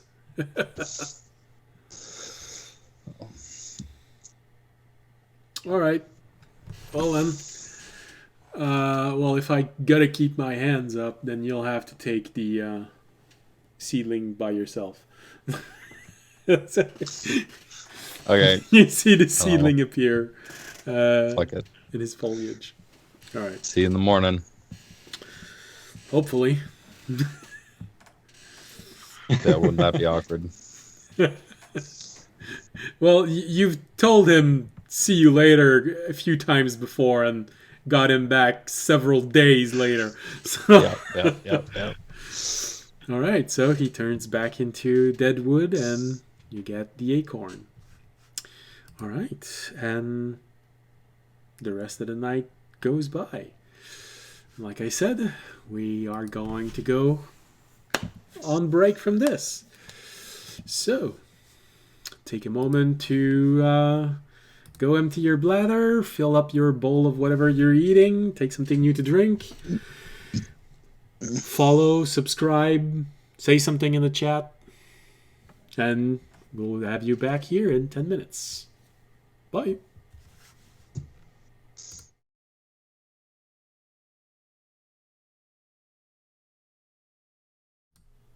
Aha! We're all back. Alright, I hope you didn't have time to get too bored. I'm working on putting some music on this little moment so you know that we didn't actually forget about you. And I am learning, adapting, because I already have some knowledge about this, but I'm learning to use 3D modeling software because I'm gonna try and make animations. Yay! But it's gonna take a while because I have to learn it all by myself, not a course tutorial on YouTubes and stuff like that. It takes a long time learning new skills on your own. But hey, one day you might actually have something happening while we're on break. That's gonna be fun. I'm eager to see what it's gonna look like. Oh goodness, I scared a bit also. All right, let's get back in. As the night fades to black, everyone has done what they wanted to do, and the discovery was made that Terry is actually a lot more intelligent than some of the people that you've actually encountered so far in this campaign. And he's only 11 days old. Well, I am before he has a higher int mod than everybody in the party. Yeah, technically, maybe he is the most intelligent character in the party. Maybe. All right. So, the night goes by and you watch carefully outside, but nothing comes back. You get a feeling that the loud sound that happened earlier scared a lot of stuff away. You don't even hear birds during the night. I'd say all you hear during the night is Haha! Yes, I know. But since we're not going to be spending a lot of time during the night, it was just a chance to play music because I worked so hard to start putting music in. So, um, all right. So eventually, morning comes. You find Terry asleep in his box. Well, at least you think he's asleep. But as always, as you approach, he just raises his head and looks straight at you. You see everyone starting to wake up.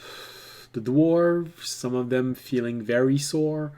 One of them with a bandage around his arm and just, don't worry, stop. I can get up on my own.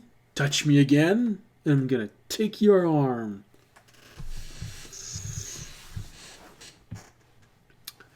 But the dwarves get up, ready to go, starts packing things up just like the day before. They take turns cooking the dinner. Well, not dinner, but breakfast. And those who are preparing prepare the meal. The other ones go preparing the stuff. Once the meal is done, they switch place, and the meal gets eaten like this. They offer you a bit of food if you want. It's traveling food, so it's a lot of jerky types. You see, all right, that's probably beef. I'm pretty sure that's... Is that goat? I know they bought some goat meat. When did they make that? You recognize most likely chicken from the color? And you have no clue what the other one is.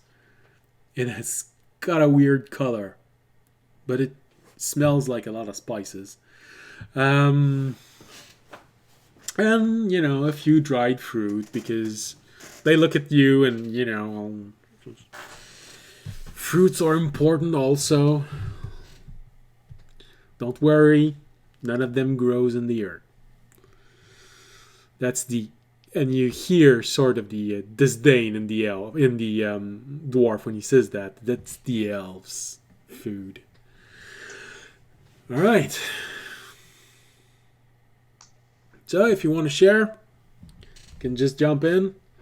If not, I'm pretty sure your druids can cook you up delicious magical berries. Raimi is frantically searching all throughout the tavern. But now I'm salty. Maybe I'll cook something else. He cooks his berries. My own.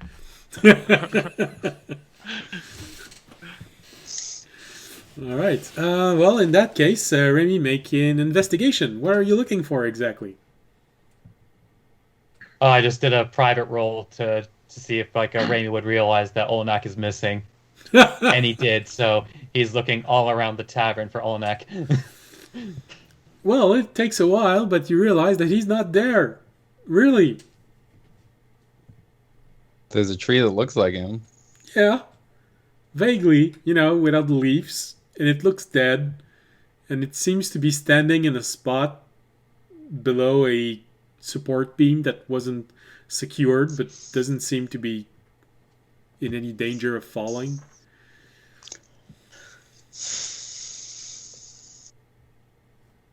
Yeah, Raimi just looking around, panicking. Just like, where'd he go? Where'd he go? Where'd he go? So eventually you find this dried version of Arunak. Standing his arms up like this, as if to brace something that's might fall but didn't fall.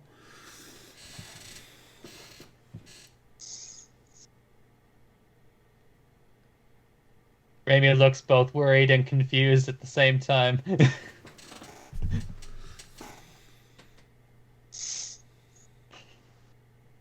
Morning, Ramy. Worried look on his face, just pointing at the dead Olenak. Oh, I remember you mentioned something about finding like a garden or something. So, seeing as he's been through at least 2 fights now without getting a rest, I figured we'd do it tonight before we leave, and won't be able to do it for a while. You You want see the relief acorn? come.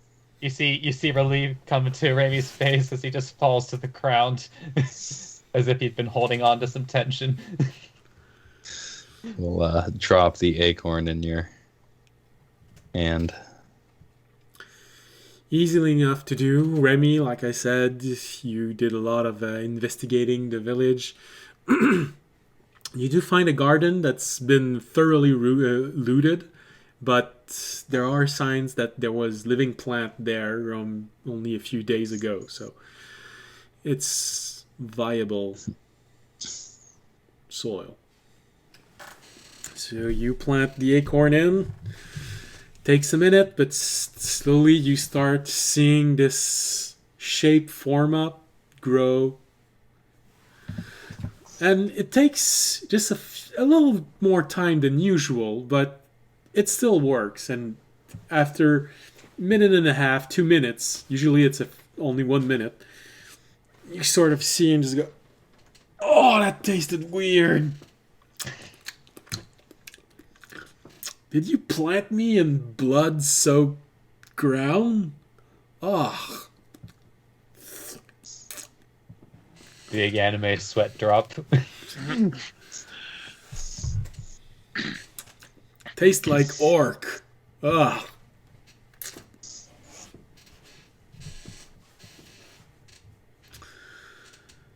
Minor illusions, a brief scene of the orc invasion from yesterday. No, I'm pretty sure there wasn't any blood left in that.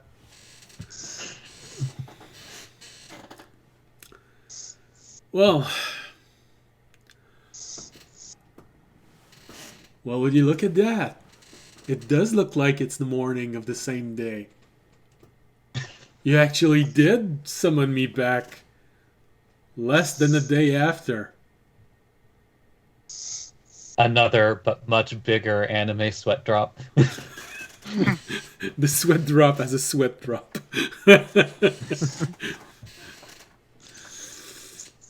Alright, I guess this means we're ready to leave. It's like he's a sarcastic friend, but he's also the only friend that Raimi can just keep growing every time it dies. It's the friend that just won't die. Well, no, actually, he does, but it's the friend that always comes back. Alright. So, I'm just saying that Raimi is probably one of the few people who genuinely enjoy when Olnek's around now. well, judging from what you read in Terry's diary, one of the 2 person that appreciates him. Terry seems to very much like trees. Pretty easy to read. Yeah, but mostly it's because they just keep swaying and they smell good. You know, it's a slow movement always, and they smell good. Especially when Fisher turns the lever up instead of down.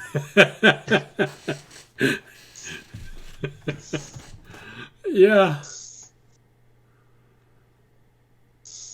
Oh, goodness, yeah. All right.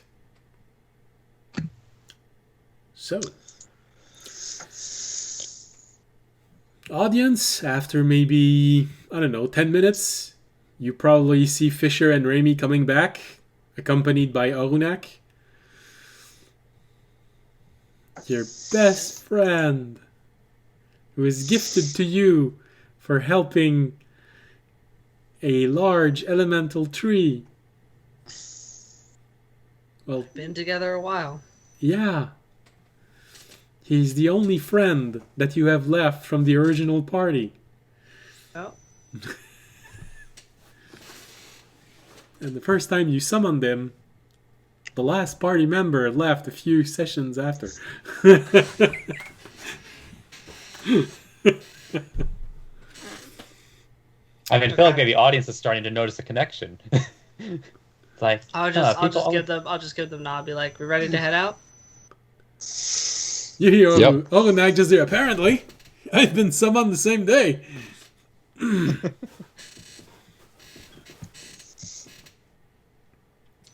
right. I will go to the wall and take the gnomish lever off and put it back in my backpack. It'd be so funny if you did that. All right. So you just twist it and then slowly pull it off, and it just comes off. All right. And what about you, Jorg? When you see everyone arriving, morning, everyone eats, what are you doing exactly? You said you felt slighted by the comment of the dwarf. Are you going to actually try and cook something, or are you going to satisfy yourself with good berries, or take the provision that they're sharing with all of you? He's gonna take the provisions. They're free, and also he doesn't want to prepare good berries, and in case we're ambushed or something. All right. So, morning comes and preparation are done and completed. Okay, that's apparently a pretty clear day.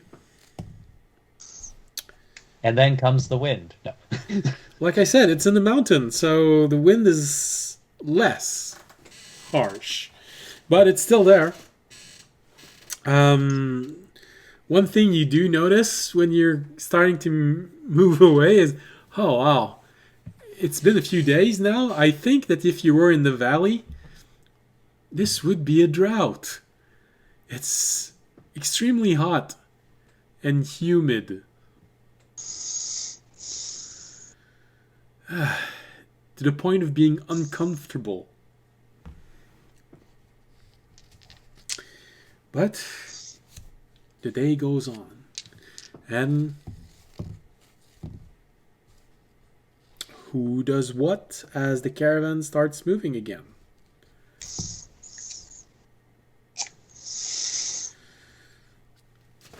Anyone watching? Anyone scouting? Anyone? Is the fog gone? Yeah, the fog is gone. It's a pretty clear morning. It's just very humid and unpleasantly humid. For you, it just means that some of your vine are a little bit swollen because of the ambient humidity. But for everyone else, it's just a day where you go, and I just showered. Good Lord.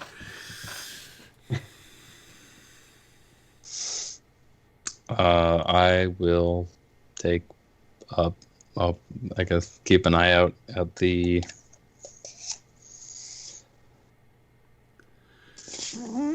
front of the caravan. All right. Anyone else? I'll be probably along the side of the caravan on my steed. All right. Jorg will be off to the side a little, scrounging for just herbs and stuff with his dog. Yeah. All right. I believe it's survival. If you want to start trying to gather herbs as you're moving about. Yeah. There's not going to be a lot, so you're in the mountains. Nat 1. I was going to say the DC is high, but I don't think it matters. Yeah, that's a 5 total, so I think he's just mostly doing it to hang out with his dog. Yeah, you know, he's looking at you. He's a dog, you know, so basically he thinks Gross you're and sick. great. And he's so glad that you're doing this with him. So much that he doesn't spend a lot of time looking down. He just looks at you. You're the one who actually finds grass at one point, and look, that's grass. He gets excited. And looks at the grass, and then looks at you. Looks at the grass. Oh, hey, there's something really exciting about this for him. He can perceive that. He's still just a puppy, you know. Yeah. So as you're seeing Jorg suddenly just veer off, not going outside of visual range, but just taking a few breaks like this, going away with his dog, and apparently trying to teach him what herbs are, because he just keeps pointing at some, and the dog just starts wagging his tail. Remy, while everything's happening, what are you doing?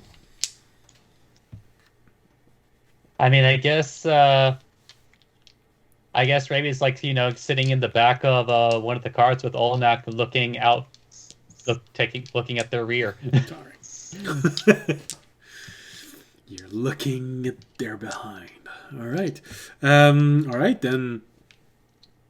Make whomever wants to make a perception roll, since there's so many people watching every corner, including the caravan. I will let you do a perception roll with advantage. So choose your member wisely, or two of you do separate rolls.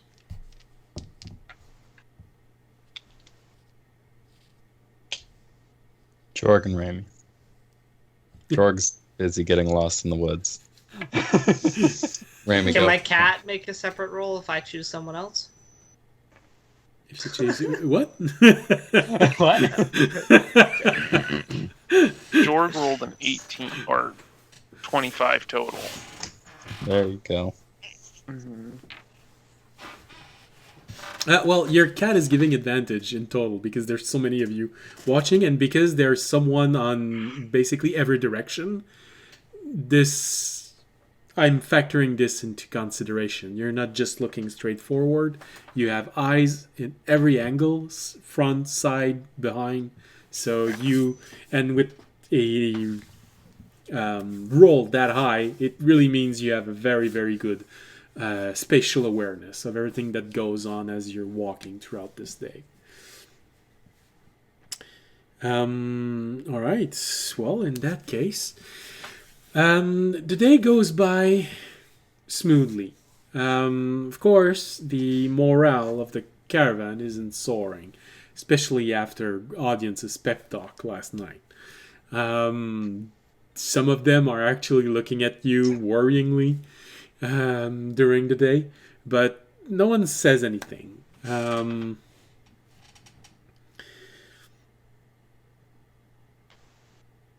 Okay, so many people did roll, so let's see. We have 4 players and we have a D4. What a coincidence. Fourth square. And then I guess it's audience. Audience. At one point, you look around and on the side, and you do notice, again, a shadow following. The demeanor of it is different than the one of the previous day. This one feels more secure in their step. But it only lasts for a moment, and then it's gone. I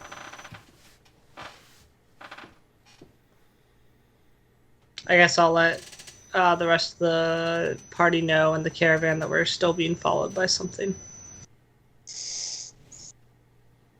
All right. Then immediately you feel the tension growing in the party. Well, not necessarily in the party, but in the caravan itself. All right, so the members of the caravan that are assigned to watching suddenly just become a little bit more aware of the surrounding, and all right.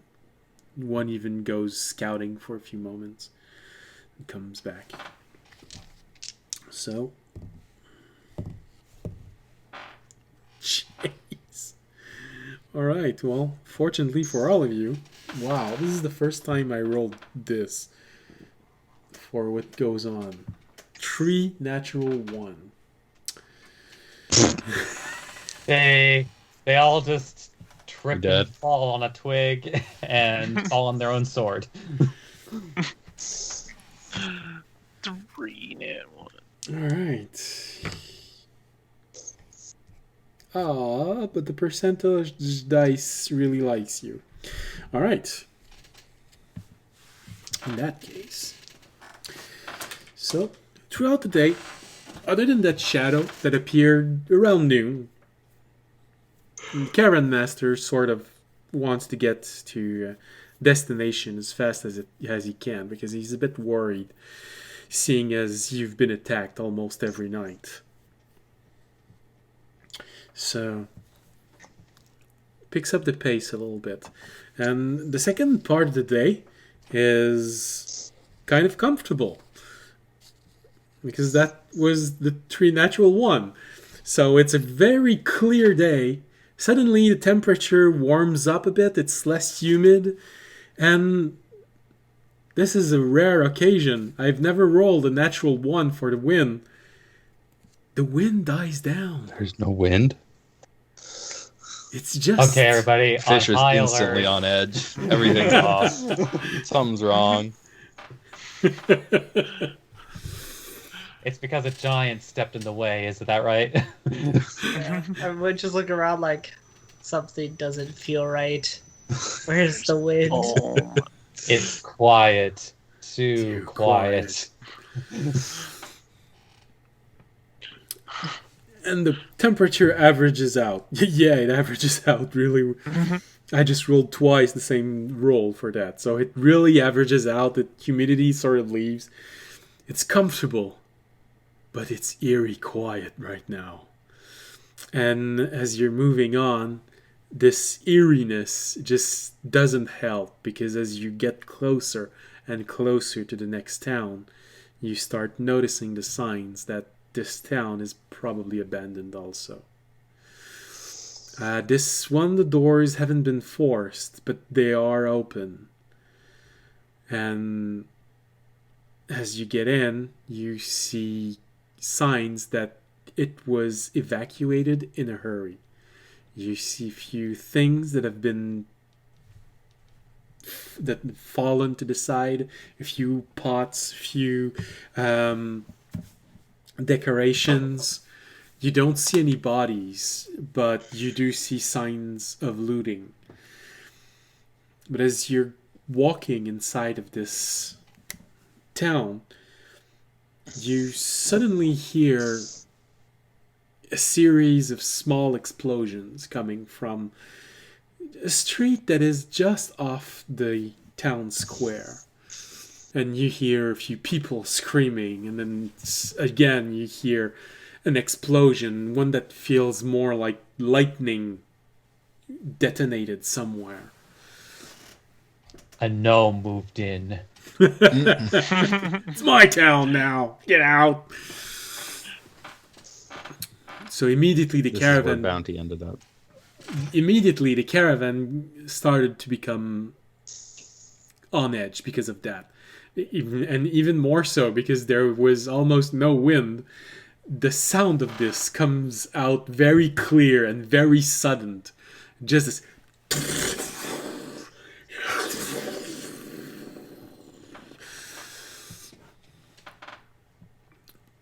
I would imagine, since you are adventurers and so far you haven't disappointed me on that, you probably rush in forward. Yep. I mean, audience will on his cat, so he's extra fast. So you more glide in. That's because you're so fast on your cat and so stealthily. I'm sure I can roll stealth with my cat. All right. I don't think. I mean, I'm actually very stealthy. I'm an unnatural 20 stealthy. Whoa. Remy, for the first time, well, second time, since you've known audience, he surprises you. He is incredibly stealthy. Yeah, Well, my cat it's a is. real, I'm just riding my cat. I mean, it's a real shame then that that Remy has to outdo the cat with a 29. Well, it just means that you're stealthier than him, but since you didn't roll perception, this is weird. You have 19 passive perception, and audience rolled an unnatural 20. For a moment, you lose sight of him. And that's actually no, you know what, that's the real reason that Raimi hid. He feels insecure now that he's gone. Audience is gone! Remy's like, it has to be some evil spell. There's no way he rolled stealth that high.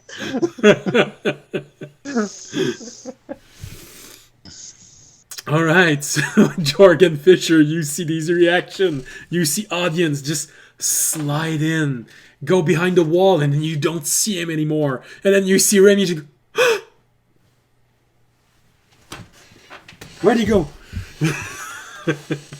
All that's left of Raimi is a log with a shuriken in it. Then you hear the caravan master, oh no, we've lost 2 of the adventurers. Retreat. So you move in rapidly toward the town square center. And as you arrive, you turn around and you see this figure. It's wearing a cloak. You'd estimate that it's about as tall as you, audience.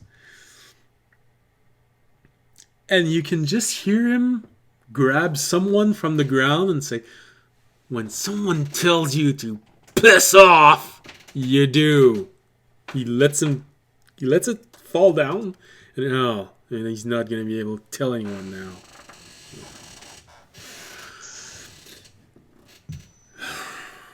He doesn't turn toward you. He's just looking straight forward where you see easily 20 bodies. Not wearing peasants' clothes, wearing thieves' clothes. All in front of him. Well, interesting individual. Because audience will use this chance to use a divine sense before he decides on his next action. All right. You let your sense expand, and you don't sense anything. It doesn't register. Not in the sense that it evades your sense, but more in the sense like pushing your sense above a druid, sort of not registering. It's not good, but it's not evil. Okay. And you don't sense anything else in the 60 feet that you can perceive.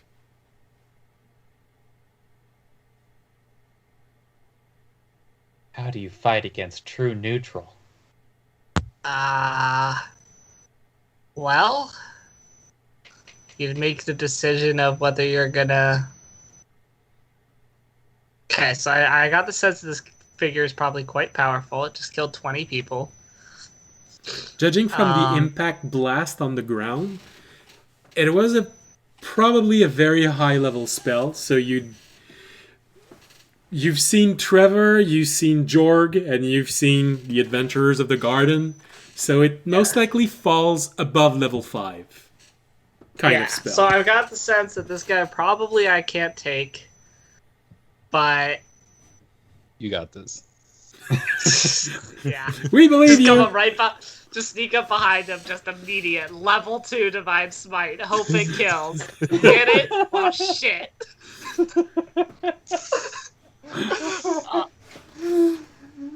No, audience will, since he senses that this guy's probably a high level anyway, he might honestly sense his presence anyway.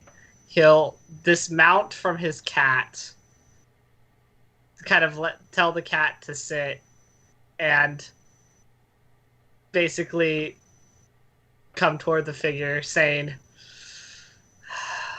seems like you've done quite a bit of damage here. He just turns his head slightly, just enough so that you can see an eye. And you get a better sense of what he looks like. You're not even sure it's a he. Um, you've never seen this thing before. It does have striking resemblance to draconic origin, but it's not a dragonborn. You've never seen a dragonborn that looks like that. It definitely has claws. Its scales are a bit of a rusty brown. It's digitigrade, so it's walking on the tip of its toes. So it has the same sort of hind leg as a dog or a cat. Judging from the color he's wearing, you'd immediately jump to either sorcerer, druid, or nature priest. Alright. He has horns that extends on his head. His head does feel heavily draconic in origin, but you can identify which dragon it comes from. If nothing else, it feels more kobold, 5th edition kobold in appearance. Can I roll like a knowledge to see if my master ever told me about these species? Sure, you can. That would be... I'd let you choose between nature or history. I don't know. Does that make a difference for me? Nature's intelligence and history is also intelligence. No, it doesn't. I do probably history though.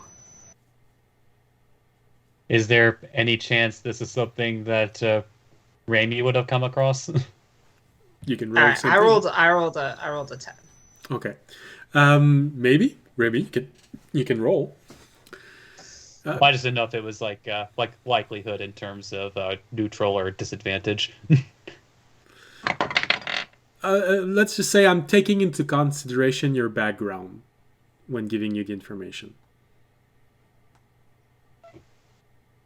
Well, apparently I know a lot about it. Because that's a 20 on the die, so a total of 26. So from your scared point of view, far away, looking very attentively, because of your bird senses, your Kenku senses, you can sort of make out a few things, a few distinguishing traits. You've heard of them. Audience, there's something that rings slightly familiar in your mind, but it's really hard to put a finger on it. But it feels like when your god was talking about other attempts at making dragonborns. Okay. But that's as far as your memory just pushes the information in your mind. Remy, because you had a much higher roll, you do remember reading something about this. No one really knows where they come from, and a lot of people just refer to them as they, because they're rare to encounter. A lot of people just dismisses them as demons, spirits, creatures living usually in forests. But some of them have theorized that it was an attempt at merging the essence of different draconic species together, sort of creating a Dragonborn 2.0 or Kobold 2.0. But there's never been any confirmation of this.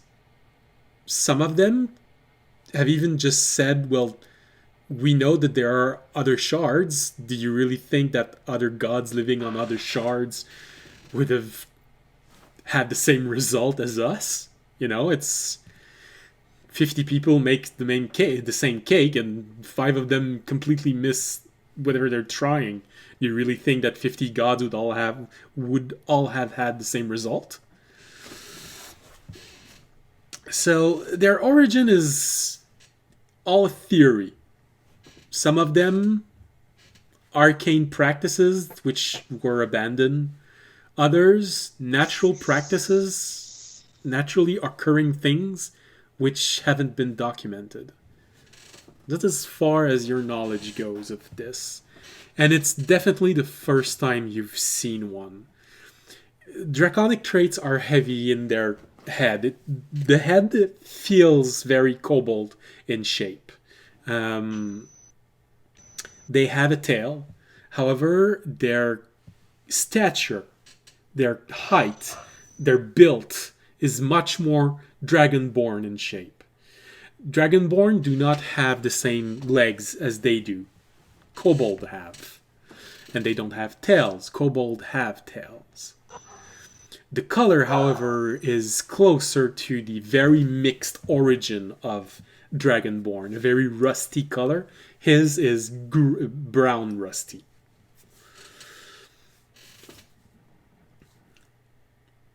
So, guys, your bets between the dragon and the dragonborn and the kobold. Which one was the mommy and which one was the daddy?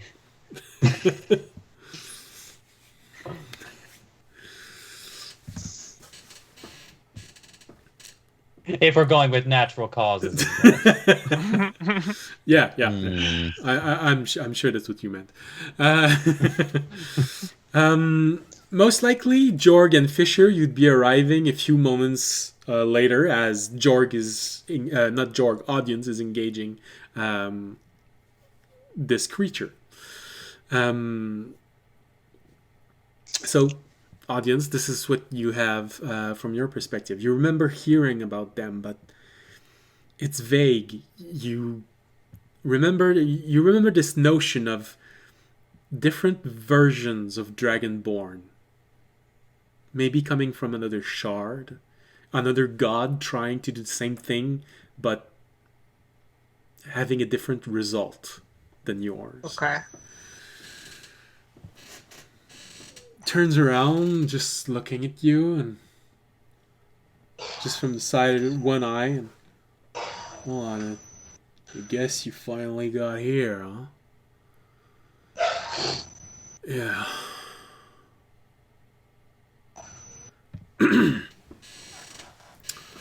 Oh, he turns around completely toward you, and now you see him. He does have strong draconic traits all over his body. He has a scaly body. He's not wearing a lot of clothes. What feels like a robe, but sleeveless robe. And a large cloak. He does, when he turns around, you see a large staff with him. I guess you're those that took care of the orcs in the other town.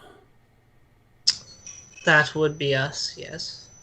Yeah. I assume you're the one who's been following us. Only today. I wanted to be sure that this wasn't a mistake. That you really were what he said you were. Who said we were what? What's the word in your language? What's the name of the son of your father's brother? Son of your father's brother. Cousin. Right.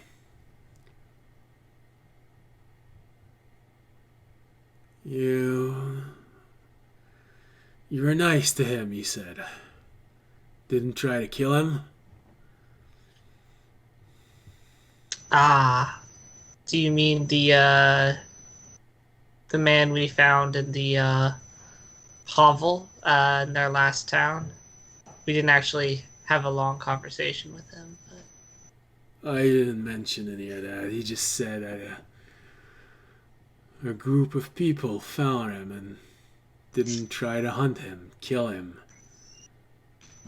No. He didn't. He seemed to be minding his own business and didn't seem to be involved in the attack, so we decided to let him be. Peasants usually don't like us. They have an adverse reaction to him when they see him. So I took the opportunity to search the town since there was no one there. Ever since those cultists took a foothold in the mountains, it's been harder and harder on everyone. Most of the villages have been abandoned. Thieves and orcs have taken most of the space and they keep attacking people. You'd probably arrive, Jorgen Fisher, just as this phrase finishes. And you see Audience talking with this figure, tall as Audience. Because of the horn that he has, maybe he looks a little bit taller, but when you look at the top of the head, it's very similar to Audience. Audience will be like, so what is your part in all of this? I see. Are you just going around dealing with thieves or orcs? No, actually, I came for you. All of you. And he points to you and makes a gesture that makes you realize that your friends are behind you somewhere. Actually, I came to repay the favor. You help him, so I help you. Audience will just kind of stay silent, wait for him to continue. What makes you? Never mind. Bit of advice for you. Just like they were waiting here. There's a village. I think it's what they call it. Further down the road. A day from here. Because everyone's been getting so riled up because of this cult. A band of thieves have established a base of operation there. People get nervous. They don't want to spend the night out, so they go there. And they just fall into an ambush. If you're confident that you can take on 40 of them alone, then you should go there. If not, I'm guessing this is favor repaid. We will definitely keep that information in mind. Thank you. Like, we don't, in fact, have access to Fireball. I mean, we could technically, throw bombs at them, but we probably have to use the rest of our bombs. Alright, well, if this is favor repaid, and he walks toward you, Audience, extend a hand out, well, I guess this is goodbye for now. Yes. Do you have a name? Oh, a lot of people know it. It's kind of enthralling. The people just like, oh, that's the creature. Oh, I guess if you tell me yours, I'll tell you mine. Very well. The name is Audience.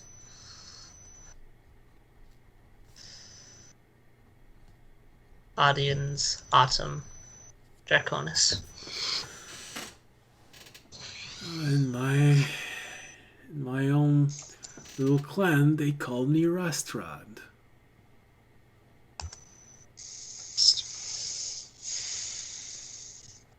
I've been told it's written like it sounds.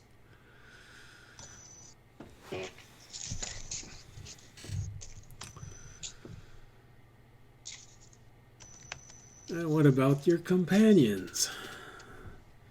Including the one there that thinks he's well hidden. Hey, he can see a 29 stealth. That's impressive.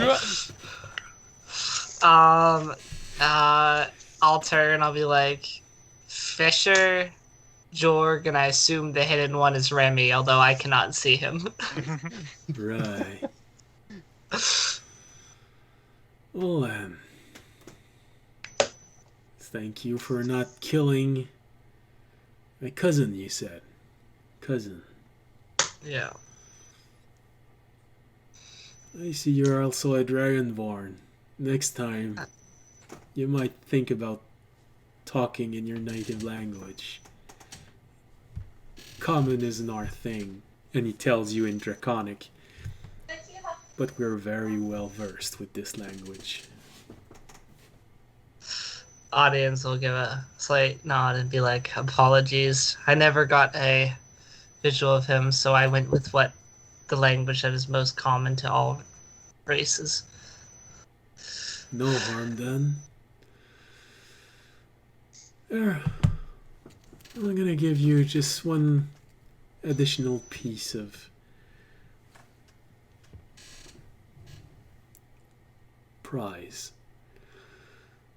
Next time you are walking with only your group and not them, and he points toward the caravan that's slowly creeping inside the town in a way that sort of exude. Is it safe? Can we come in now? When next time that you and your group are traveling alone, when you find yourself at a crossroad, a proper one that makes a cross, if you're completely alone, look down, all of you. If you see something on the ground,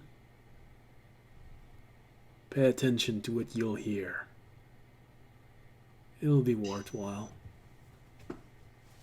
And he gives you just like, very cryptic from the high level wizard man, but as they do, so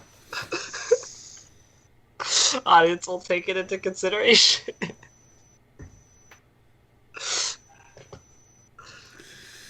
He gives you just a little sign as he's leaving, and he turns around and walks away, slowly.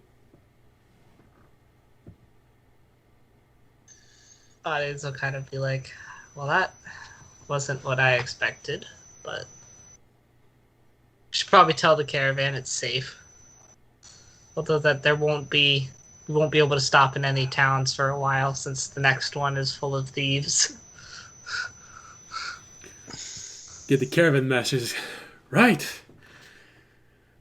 And that, and he points toward Rastrad walking away. Do we have to worry about that? Audience went, I think not. Just a traveler on his way. Right. Because traveler, and he looks around where there's all of the burn marks on the ground. Right, because, travelers just scorch the ground and 15-ish rogues with a gesture, yeah. Although, incidentally, as they're looking in that direction, Raimi is just looking through to see if they had anything in their pockets. I assumed that was going to happen.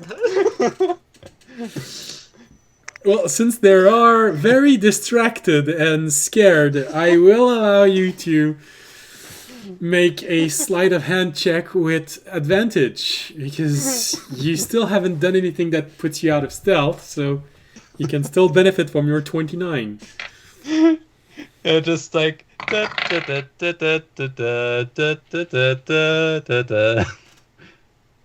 what is that? Oh, cool. Then that is going to be a 25. 25. All right. Yeah.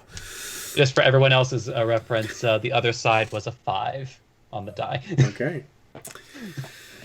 So you do your best, as everyone is scared and talking with audience, to just start to look around in their pouches. And for those who have weapon drawn out, you easily just find what you'd expect from hired bodyguard. Not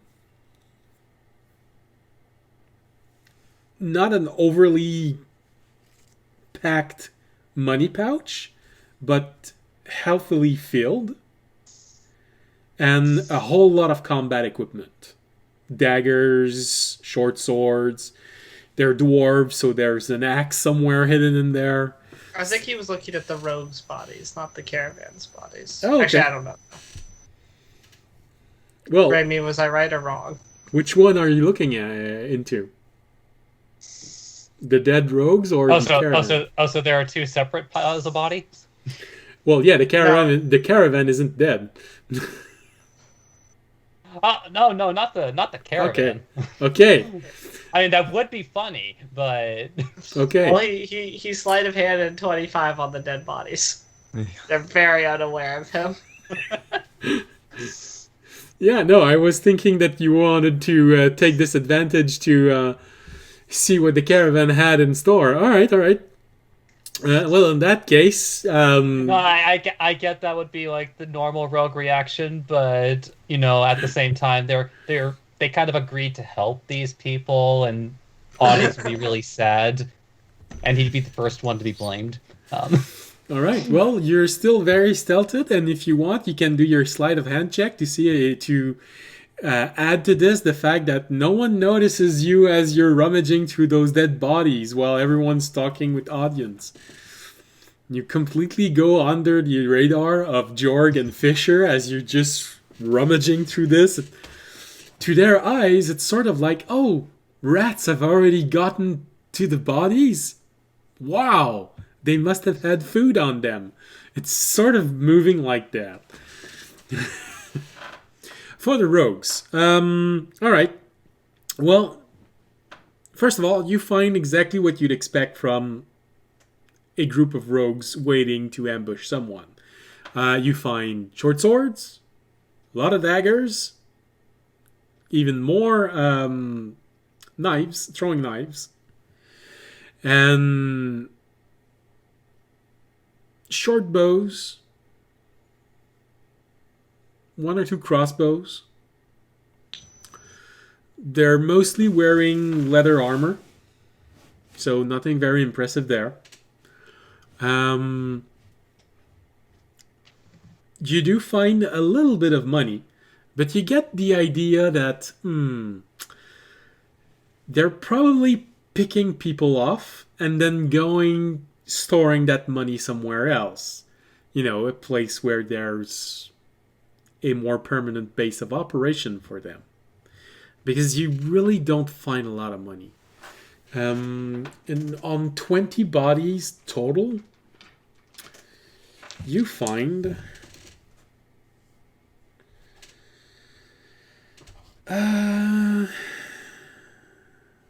16 gold.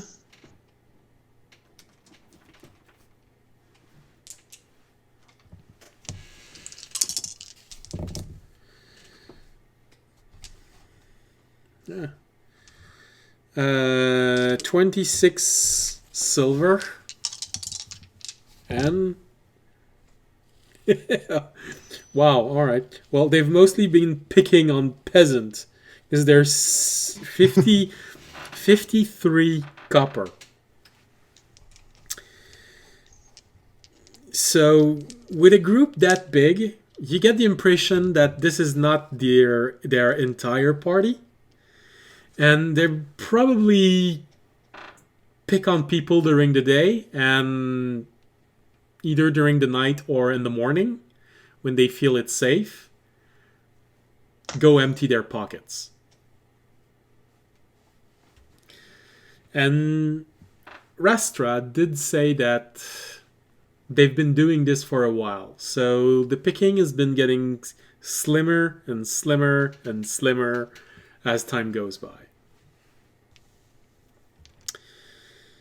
You also find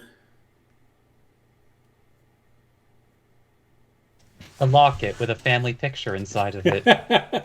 well, you find a lot of things which would fit. Here it is. Which would fit picking on poor peasants. There's a abnormal quantity of blankets. You do find small toys from children. Nothing of value. Wooden toys.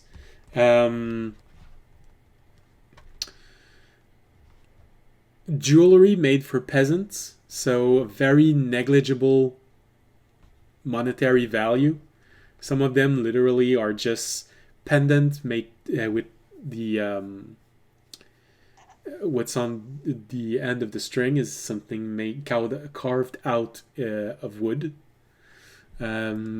Simple leather bracelet with something engraved in common inside, and when you're reading it, you sort of go, "Oh, right, that belonged to a couple." But you do find also one common healing potion and one greater healing potion.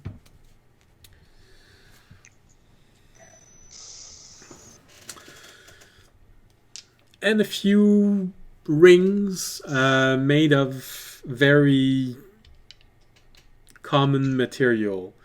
Probably things like just different types of stones that have been carved out. That wouldn't fetch a high price.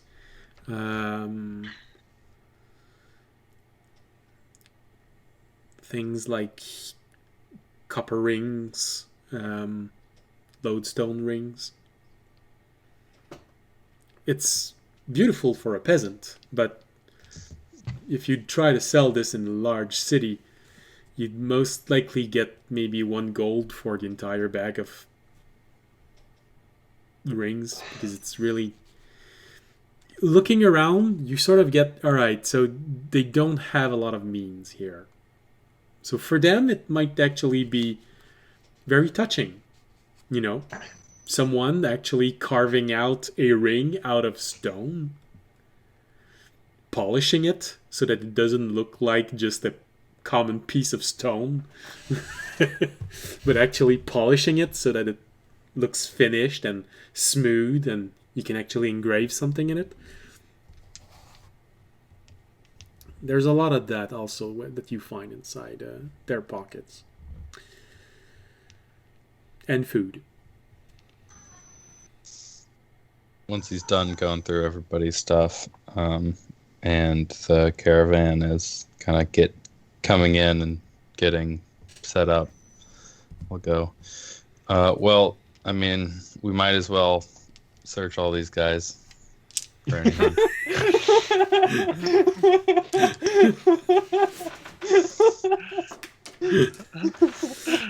You hear the dwarves? Yeah, no, that's actually a good idea. We might actually get some supplies back. I don't know, maybe they're Clean up the bodies. Yeah. Pile them somewhere. Anyway, they're not gonna miss it. Right, so let's go and make an investigation roll. It's Right. makes sense for what I would find. That is a nat 1. So you keep trying to find something, and damn, those people didn't have anything on them. They didn't even have belt pouch for their money. They really were traveling very light. They must have a stash somewhere. Most likely their base of operations somewhere else, you know. Either that Rastrad took everything, or I almost feel sorry for these guys, because, I mean, they must have been, like, really bad at thieving, because...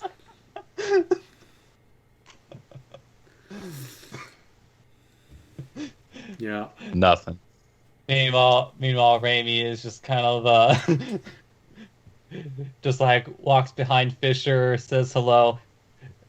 It seems to be walking a little bit awkwardly, but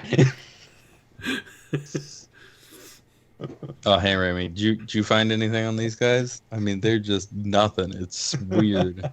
They just have armors and weapons. That's all, you know.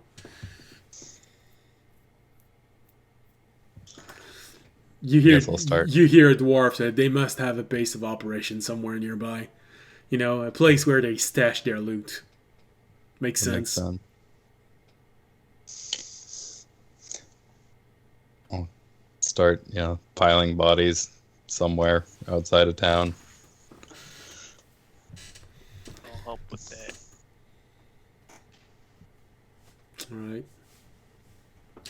All right, so you see the caravan getting in, and one person just looking around. Well, all right, so where do we set up camp? I don't know, but last time we tried to go in an inn, half of it went missing. He turns around and, oh, come on, it's a good joke.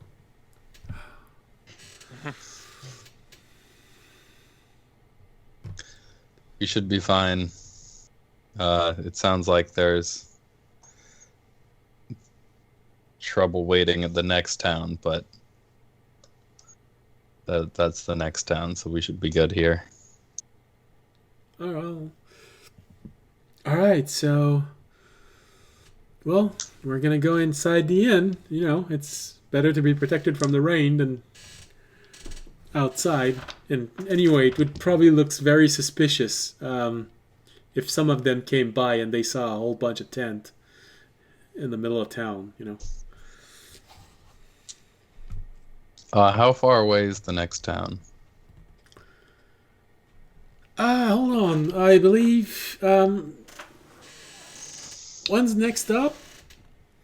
You heard Karen Master say, well, we had a choice between one day and reach a town, but your holy friend here tells me that it's a bit dangerous going there. If not, well, it's 2 days to the next town, and that's the last town till we get to the monastery. Actually, from the next town, it's only it's only about an hour from there. The monastery is placed.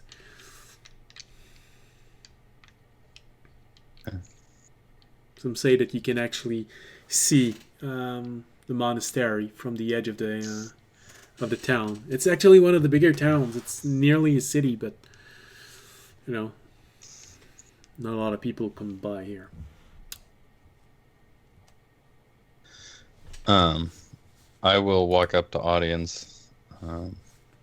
So, did he say it was a bunch of like a group of thieves like these ones in the next town, or another bandit goblin or orcs?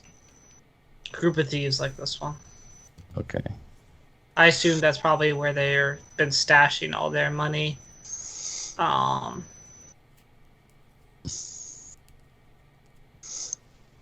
You wouldn't happen to have any desire to hatch up some kind of plan to head over there and take them out, would you?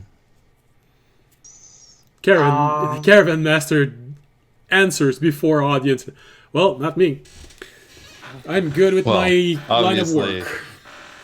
Obviously, yes, that is not for you guys. But I mean, I feel like we should at least finish taking the caravan back to their place, or back to the temple first, since we agreed to that, and then perhaps returning if we wanted to take out. Because I agree that we probably, leaving the thieves is, especially that if they've many been in taking a out town all like that, it sounds like getting ready to set up a base of operations and then work from there, kind of thing. Which would be a good thing to definitely just. I don't know. We could. 40 is a lot, though. I mean, I think we could probably deal with it if we use some of the bombs, but we'd have to be careful, and it would. Yeah, that's why I said devising a scheme and not just. So let's maybe put that on the back burner after we at least finish taking the caravan to the temple. We can Okay. maybe return and deal with the thieves. Perhaps find a few more who wanted to join us, and who knows, Mm-hmm. get a bit more of a fighting force.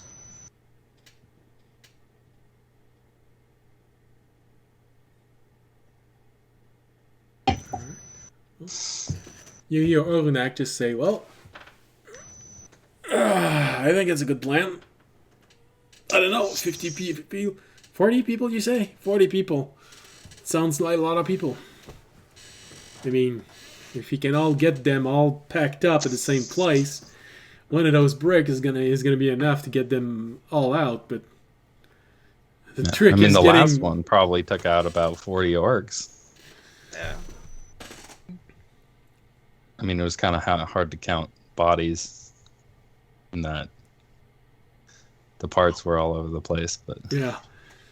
Funny like that, when someone gets dismembered and there's a lot of them, it's sort of hard to figure out how many people there were.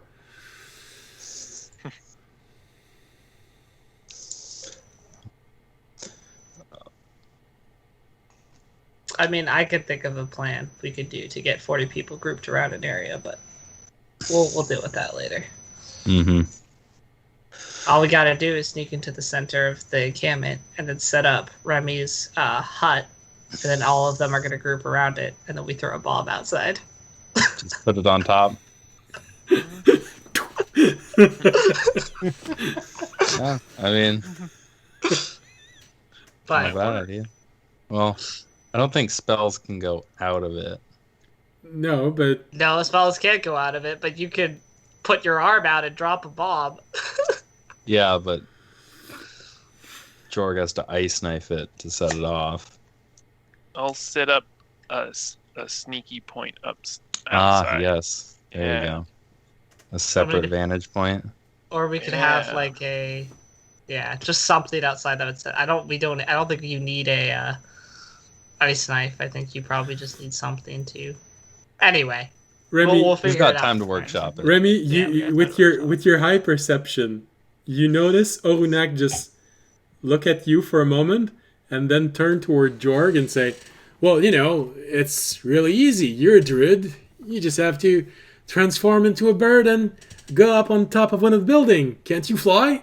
And he looks at you, Remy, when he says that. Perfect. Why would you do that? Remy was just starting to like him. Was he? Yeah. No, he said, "Can't you fly?" Yeah. at Jorg, but he looked at Remy to see his reaction, sort of. Huh? Oh. Yeah, like that. No, yeah. Rainy is smart enough to understand what Olenek was doing there. The burn was, in fact, on Jorg this time. Damn, shitting on Borg.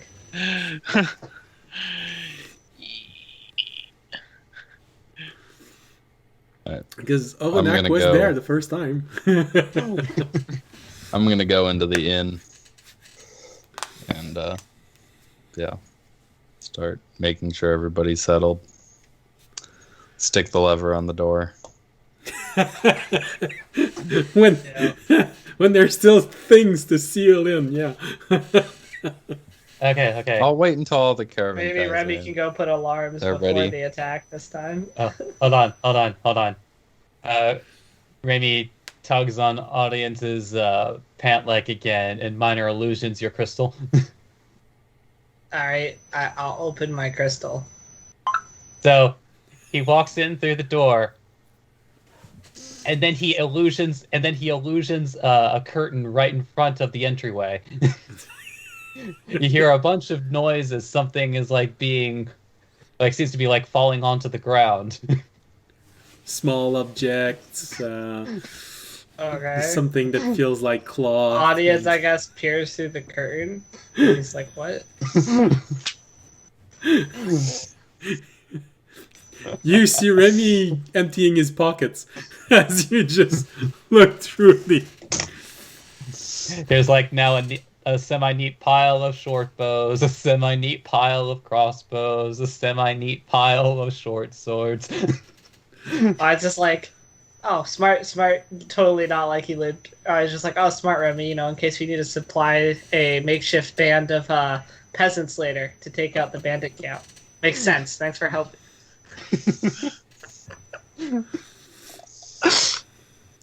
Audience immediately just jumps to, oh, this will be for our peasant army. Mm-hmm. Yeah. Oddly enough, when Remy comes out, he's not walking weirdly anymore. And then Raimi proceeds to go to the entrances of the town and put alarms in their entryways. All right. So, you go back to your routine of the previous night. Remy goes to the entrance, put up his alarm. Everyone goes inside the inn. Yeah. The dwarves prepare a meal. Raimi spends an hour and a half breaking a rock or trying to.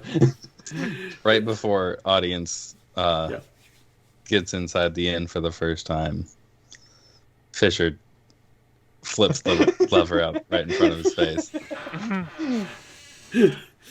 So just as you're about to enter, you suddenly see all the doors and the windows shut, and then there's a magical shimmer in front of it. Okay. Audience will be like, Fisher, is that you? Or is there a trap set up that we are now about to, walk into? Yeah, no, it was a trap. Everybody in here's dead. Oh. Rip. Except you? Yeah. It was a poisonous gas. Almost dead, All I had to though, do was you hold my know. breath. Almost dead. I Audience can't- is gonna roll an insight on that. Audience is gonna roll a nat 20 on that. What? Hey, way to go. I rolled okay for my deception check, which is only a 14, though. All right. Well, Get the stupidest nat 20s every You're lying. so audience, you most likely have one of those moments where you roll your eyes for a moment and... Yeah. I'm like, alright, okay, Fishy. Well, I'll that's... Open it up. nice. You see the shimmer go away, and the door opens on their own, including the windows. They all open at the same time. We could, audience, to be fair, Fisher, that does give me, we actually do have that lever, so we could also somehow get all of the thieves into a single building, and we could, lock them in with a bomb. There could be something there as well. Could. But, I mean, at that point, if they're all in the building, we could just set off the bomb. Well, yeah, but I'm saying we could, close the doors as well. Also, I wonder if we could seal the doors and light a building on fire, and then no one could get... Never mind. Okay, that's a little too dark.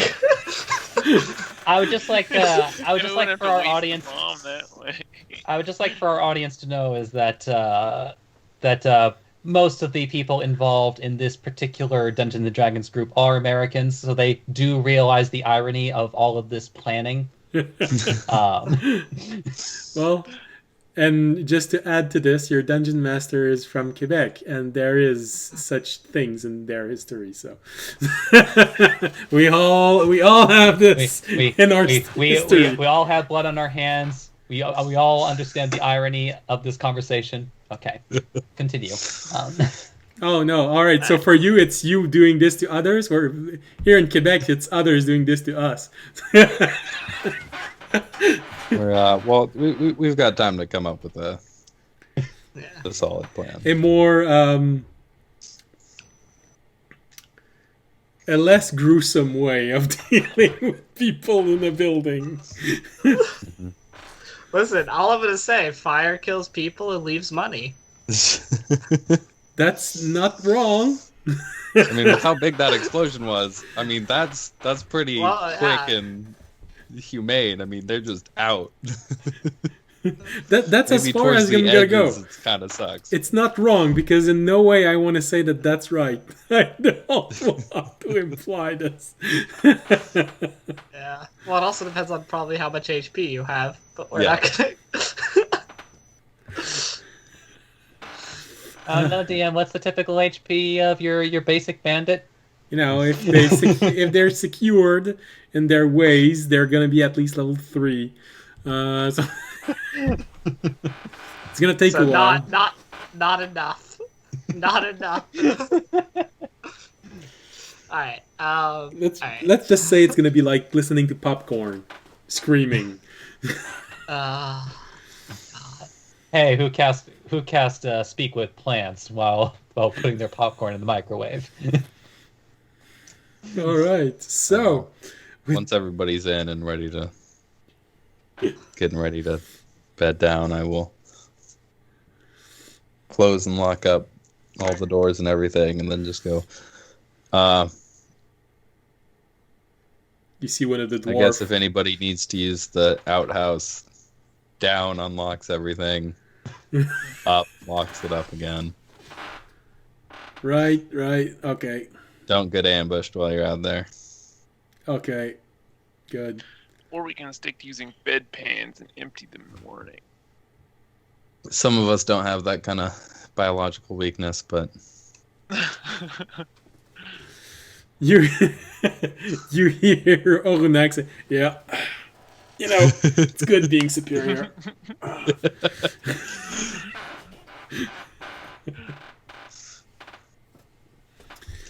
All right, so you all go in. You have this brief moment of weird conversation, which oddly doesn't seem to reassure any of the dwarves.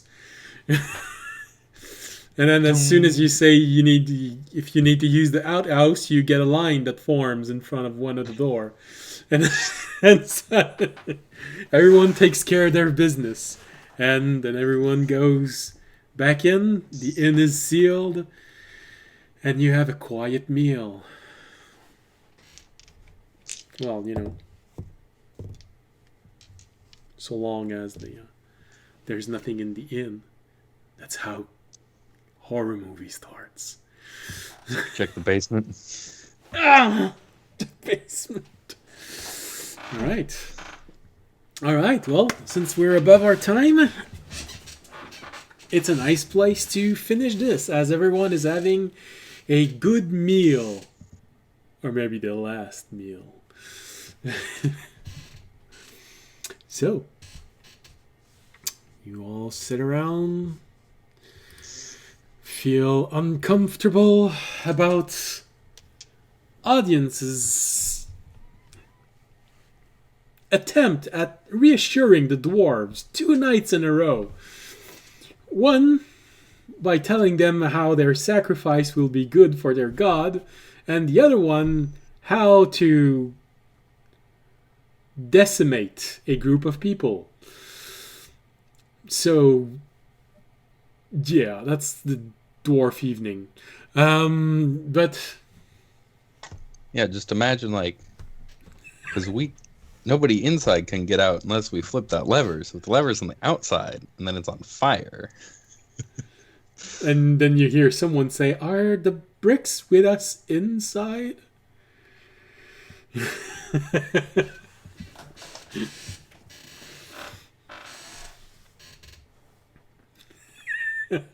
That's not reassuring. He asked that, and you see audience just having a slight grin.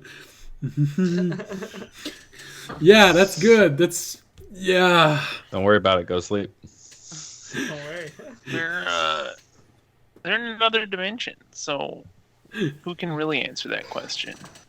No, but it's an interesting moment to finish this evening with audience's grin. Yeah, the camera just zoom in at the grin and then fade to black. All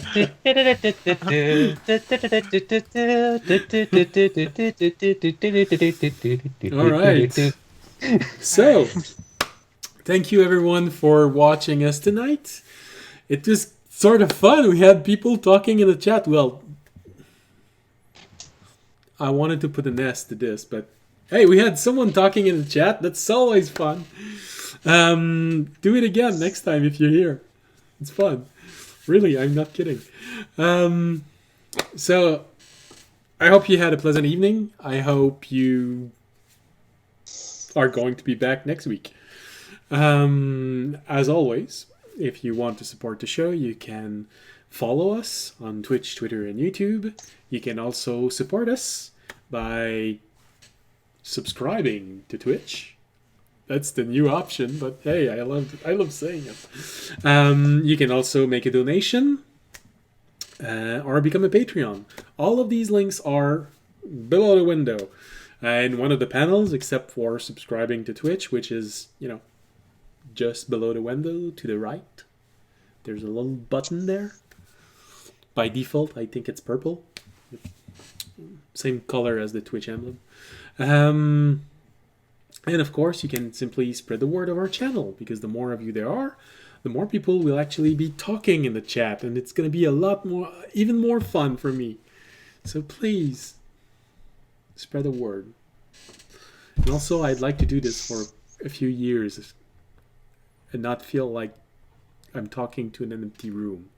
So, spread the word. I promise, I love it. All right, so, as always, stay safe, and especially in those last few months of this really weird time we live, stay healthy. Good night. Good night.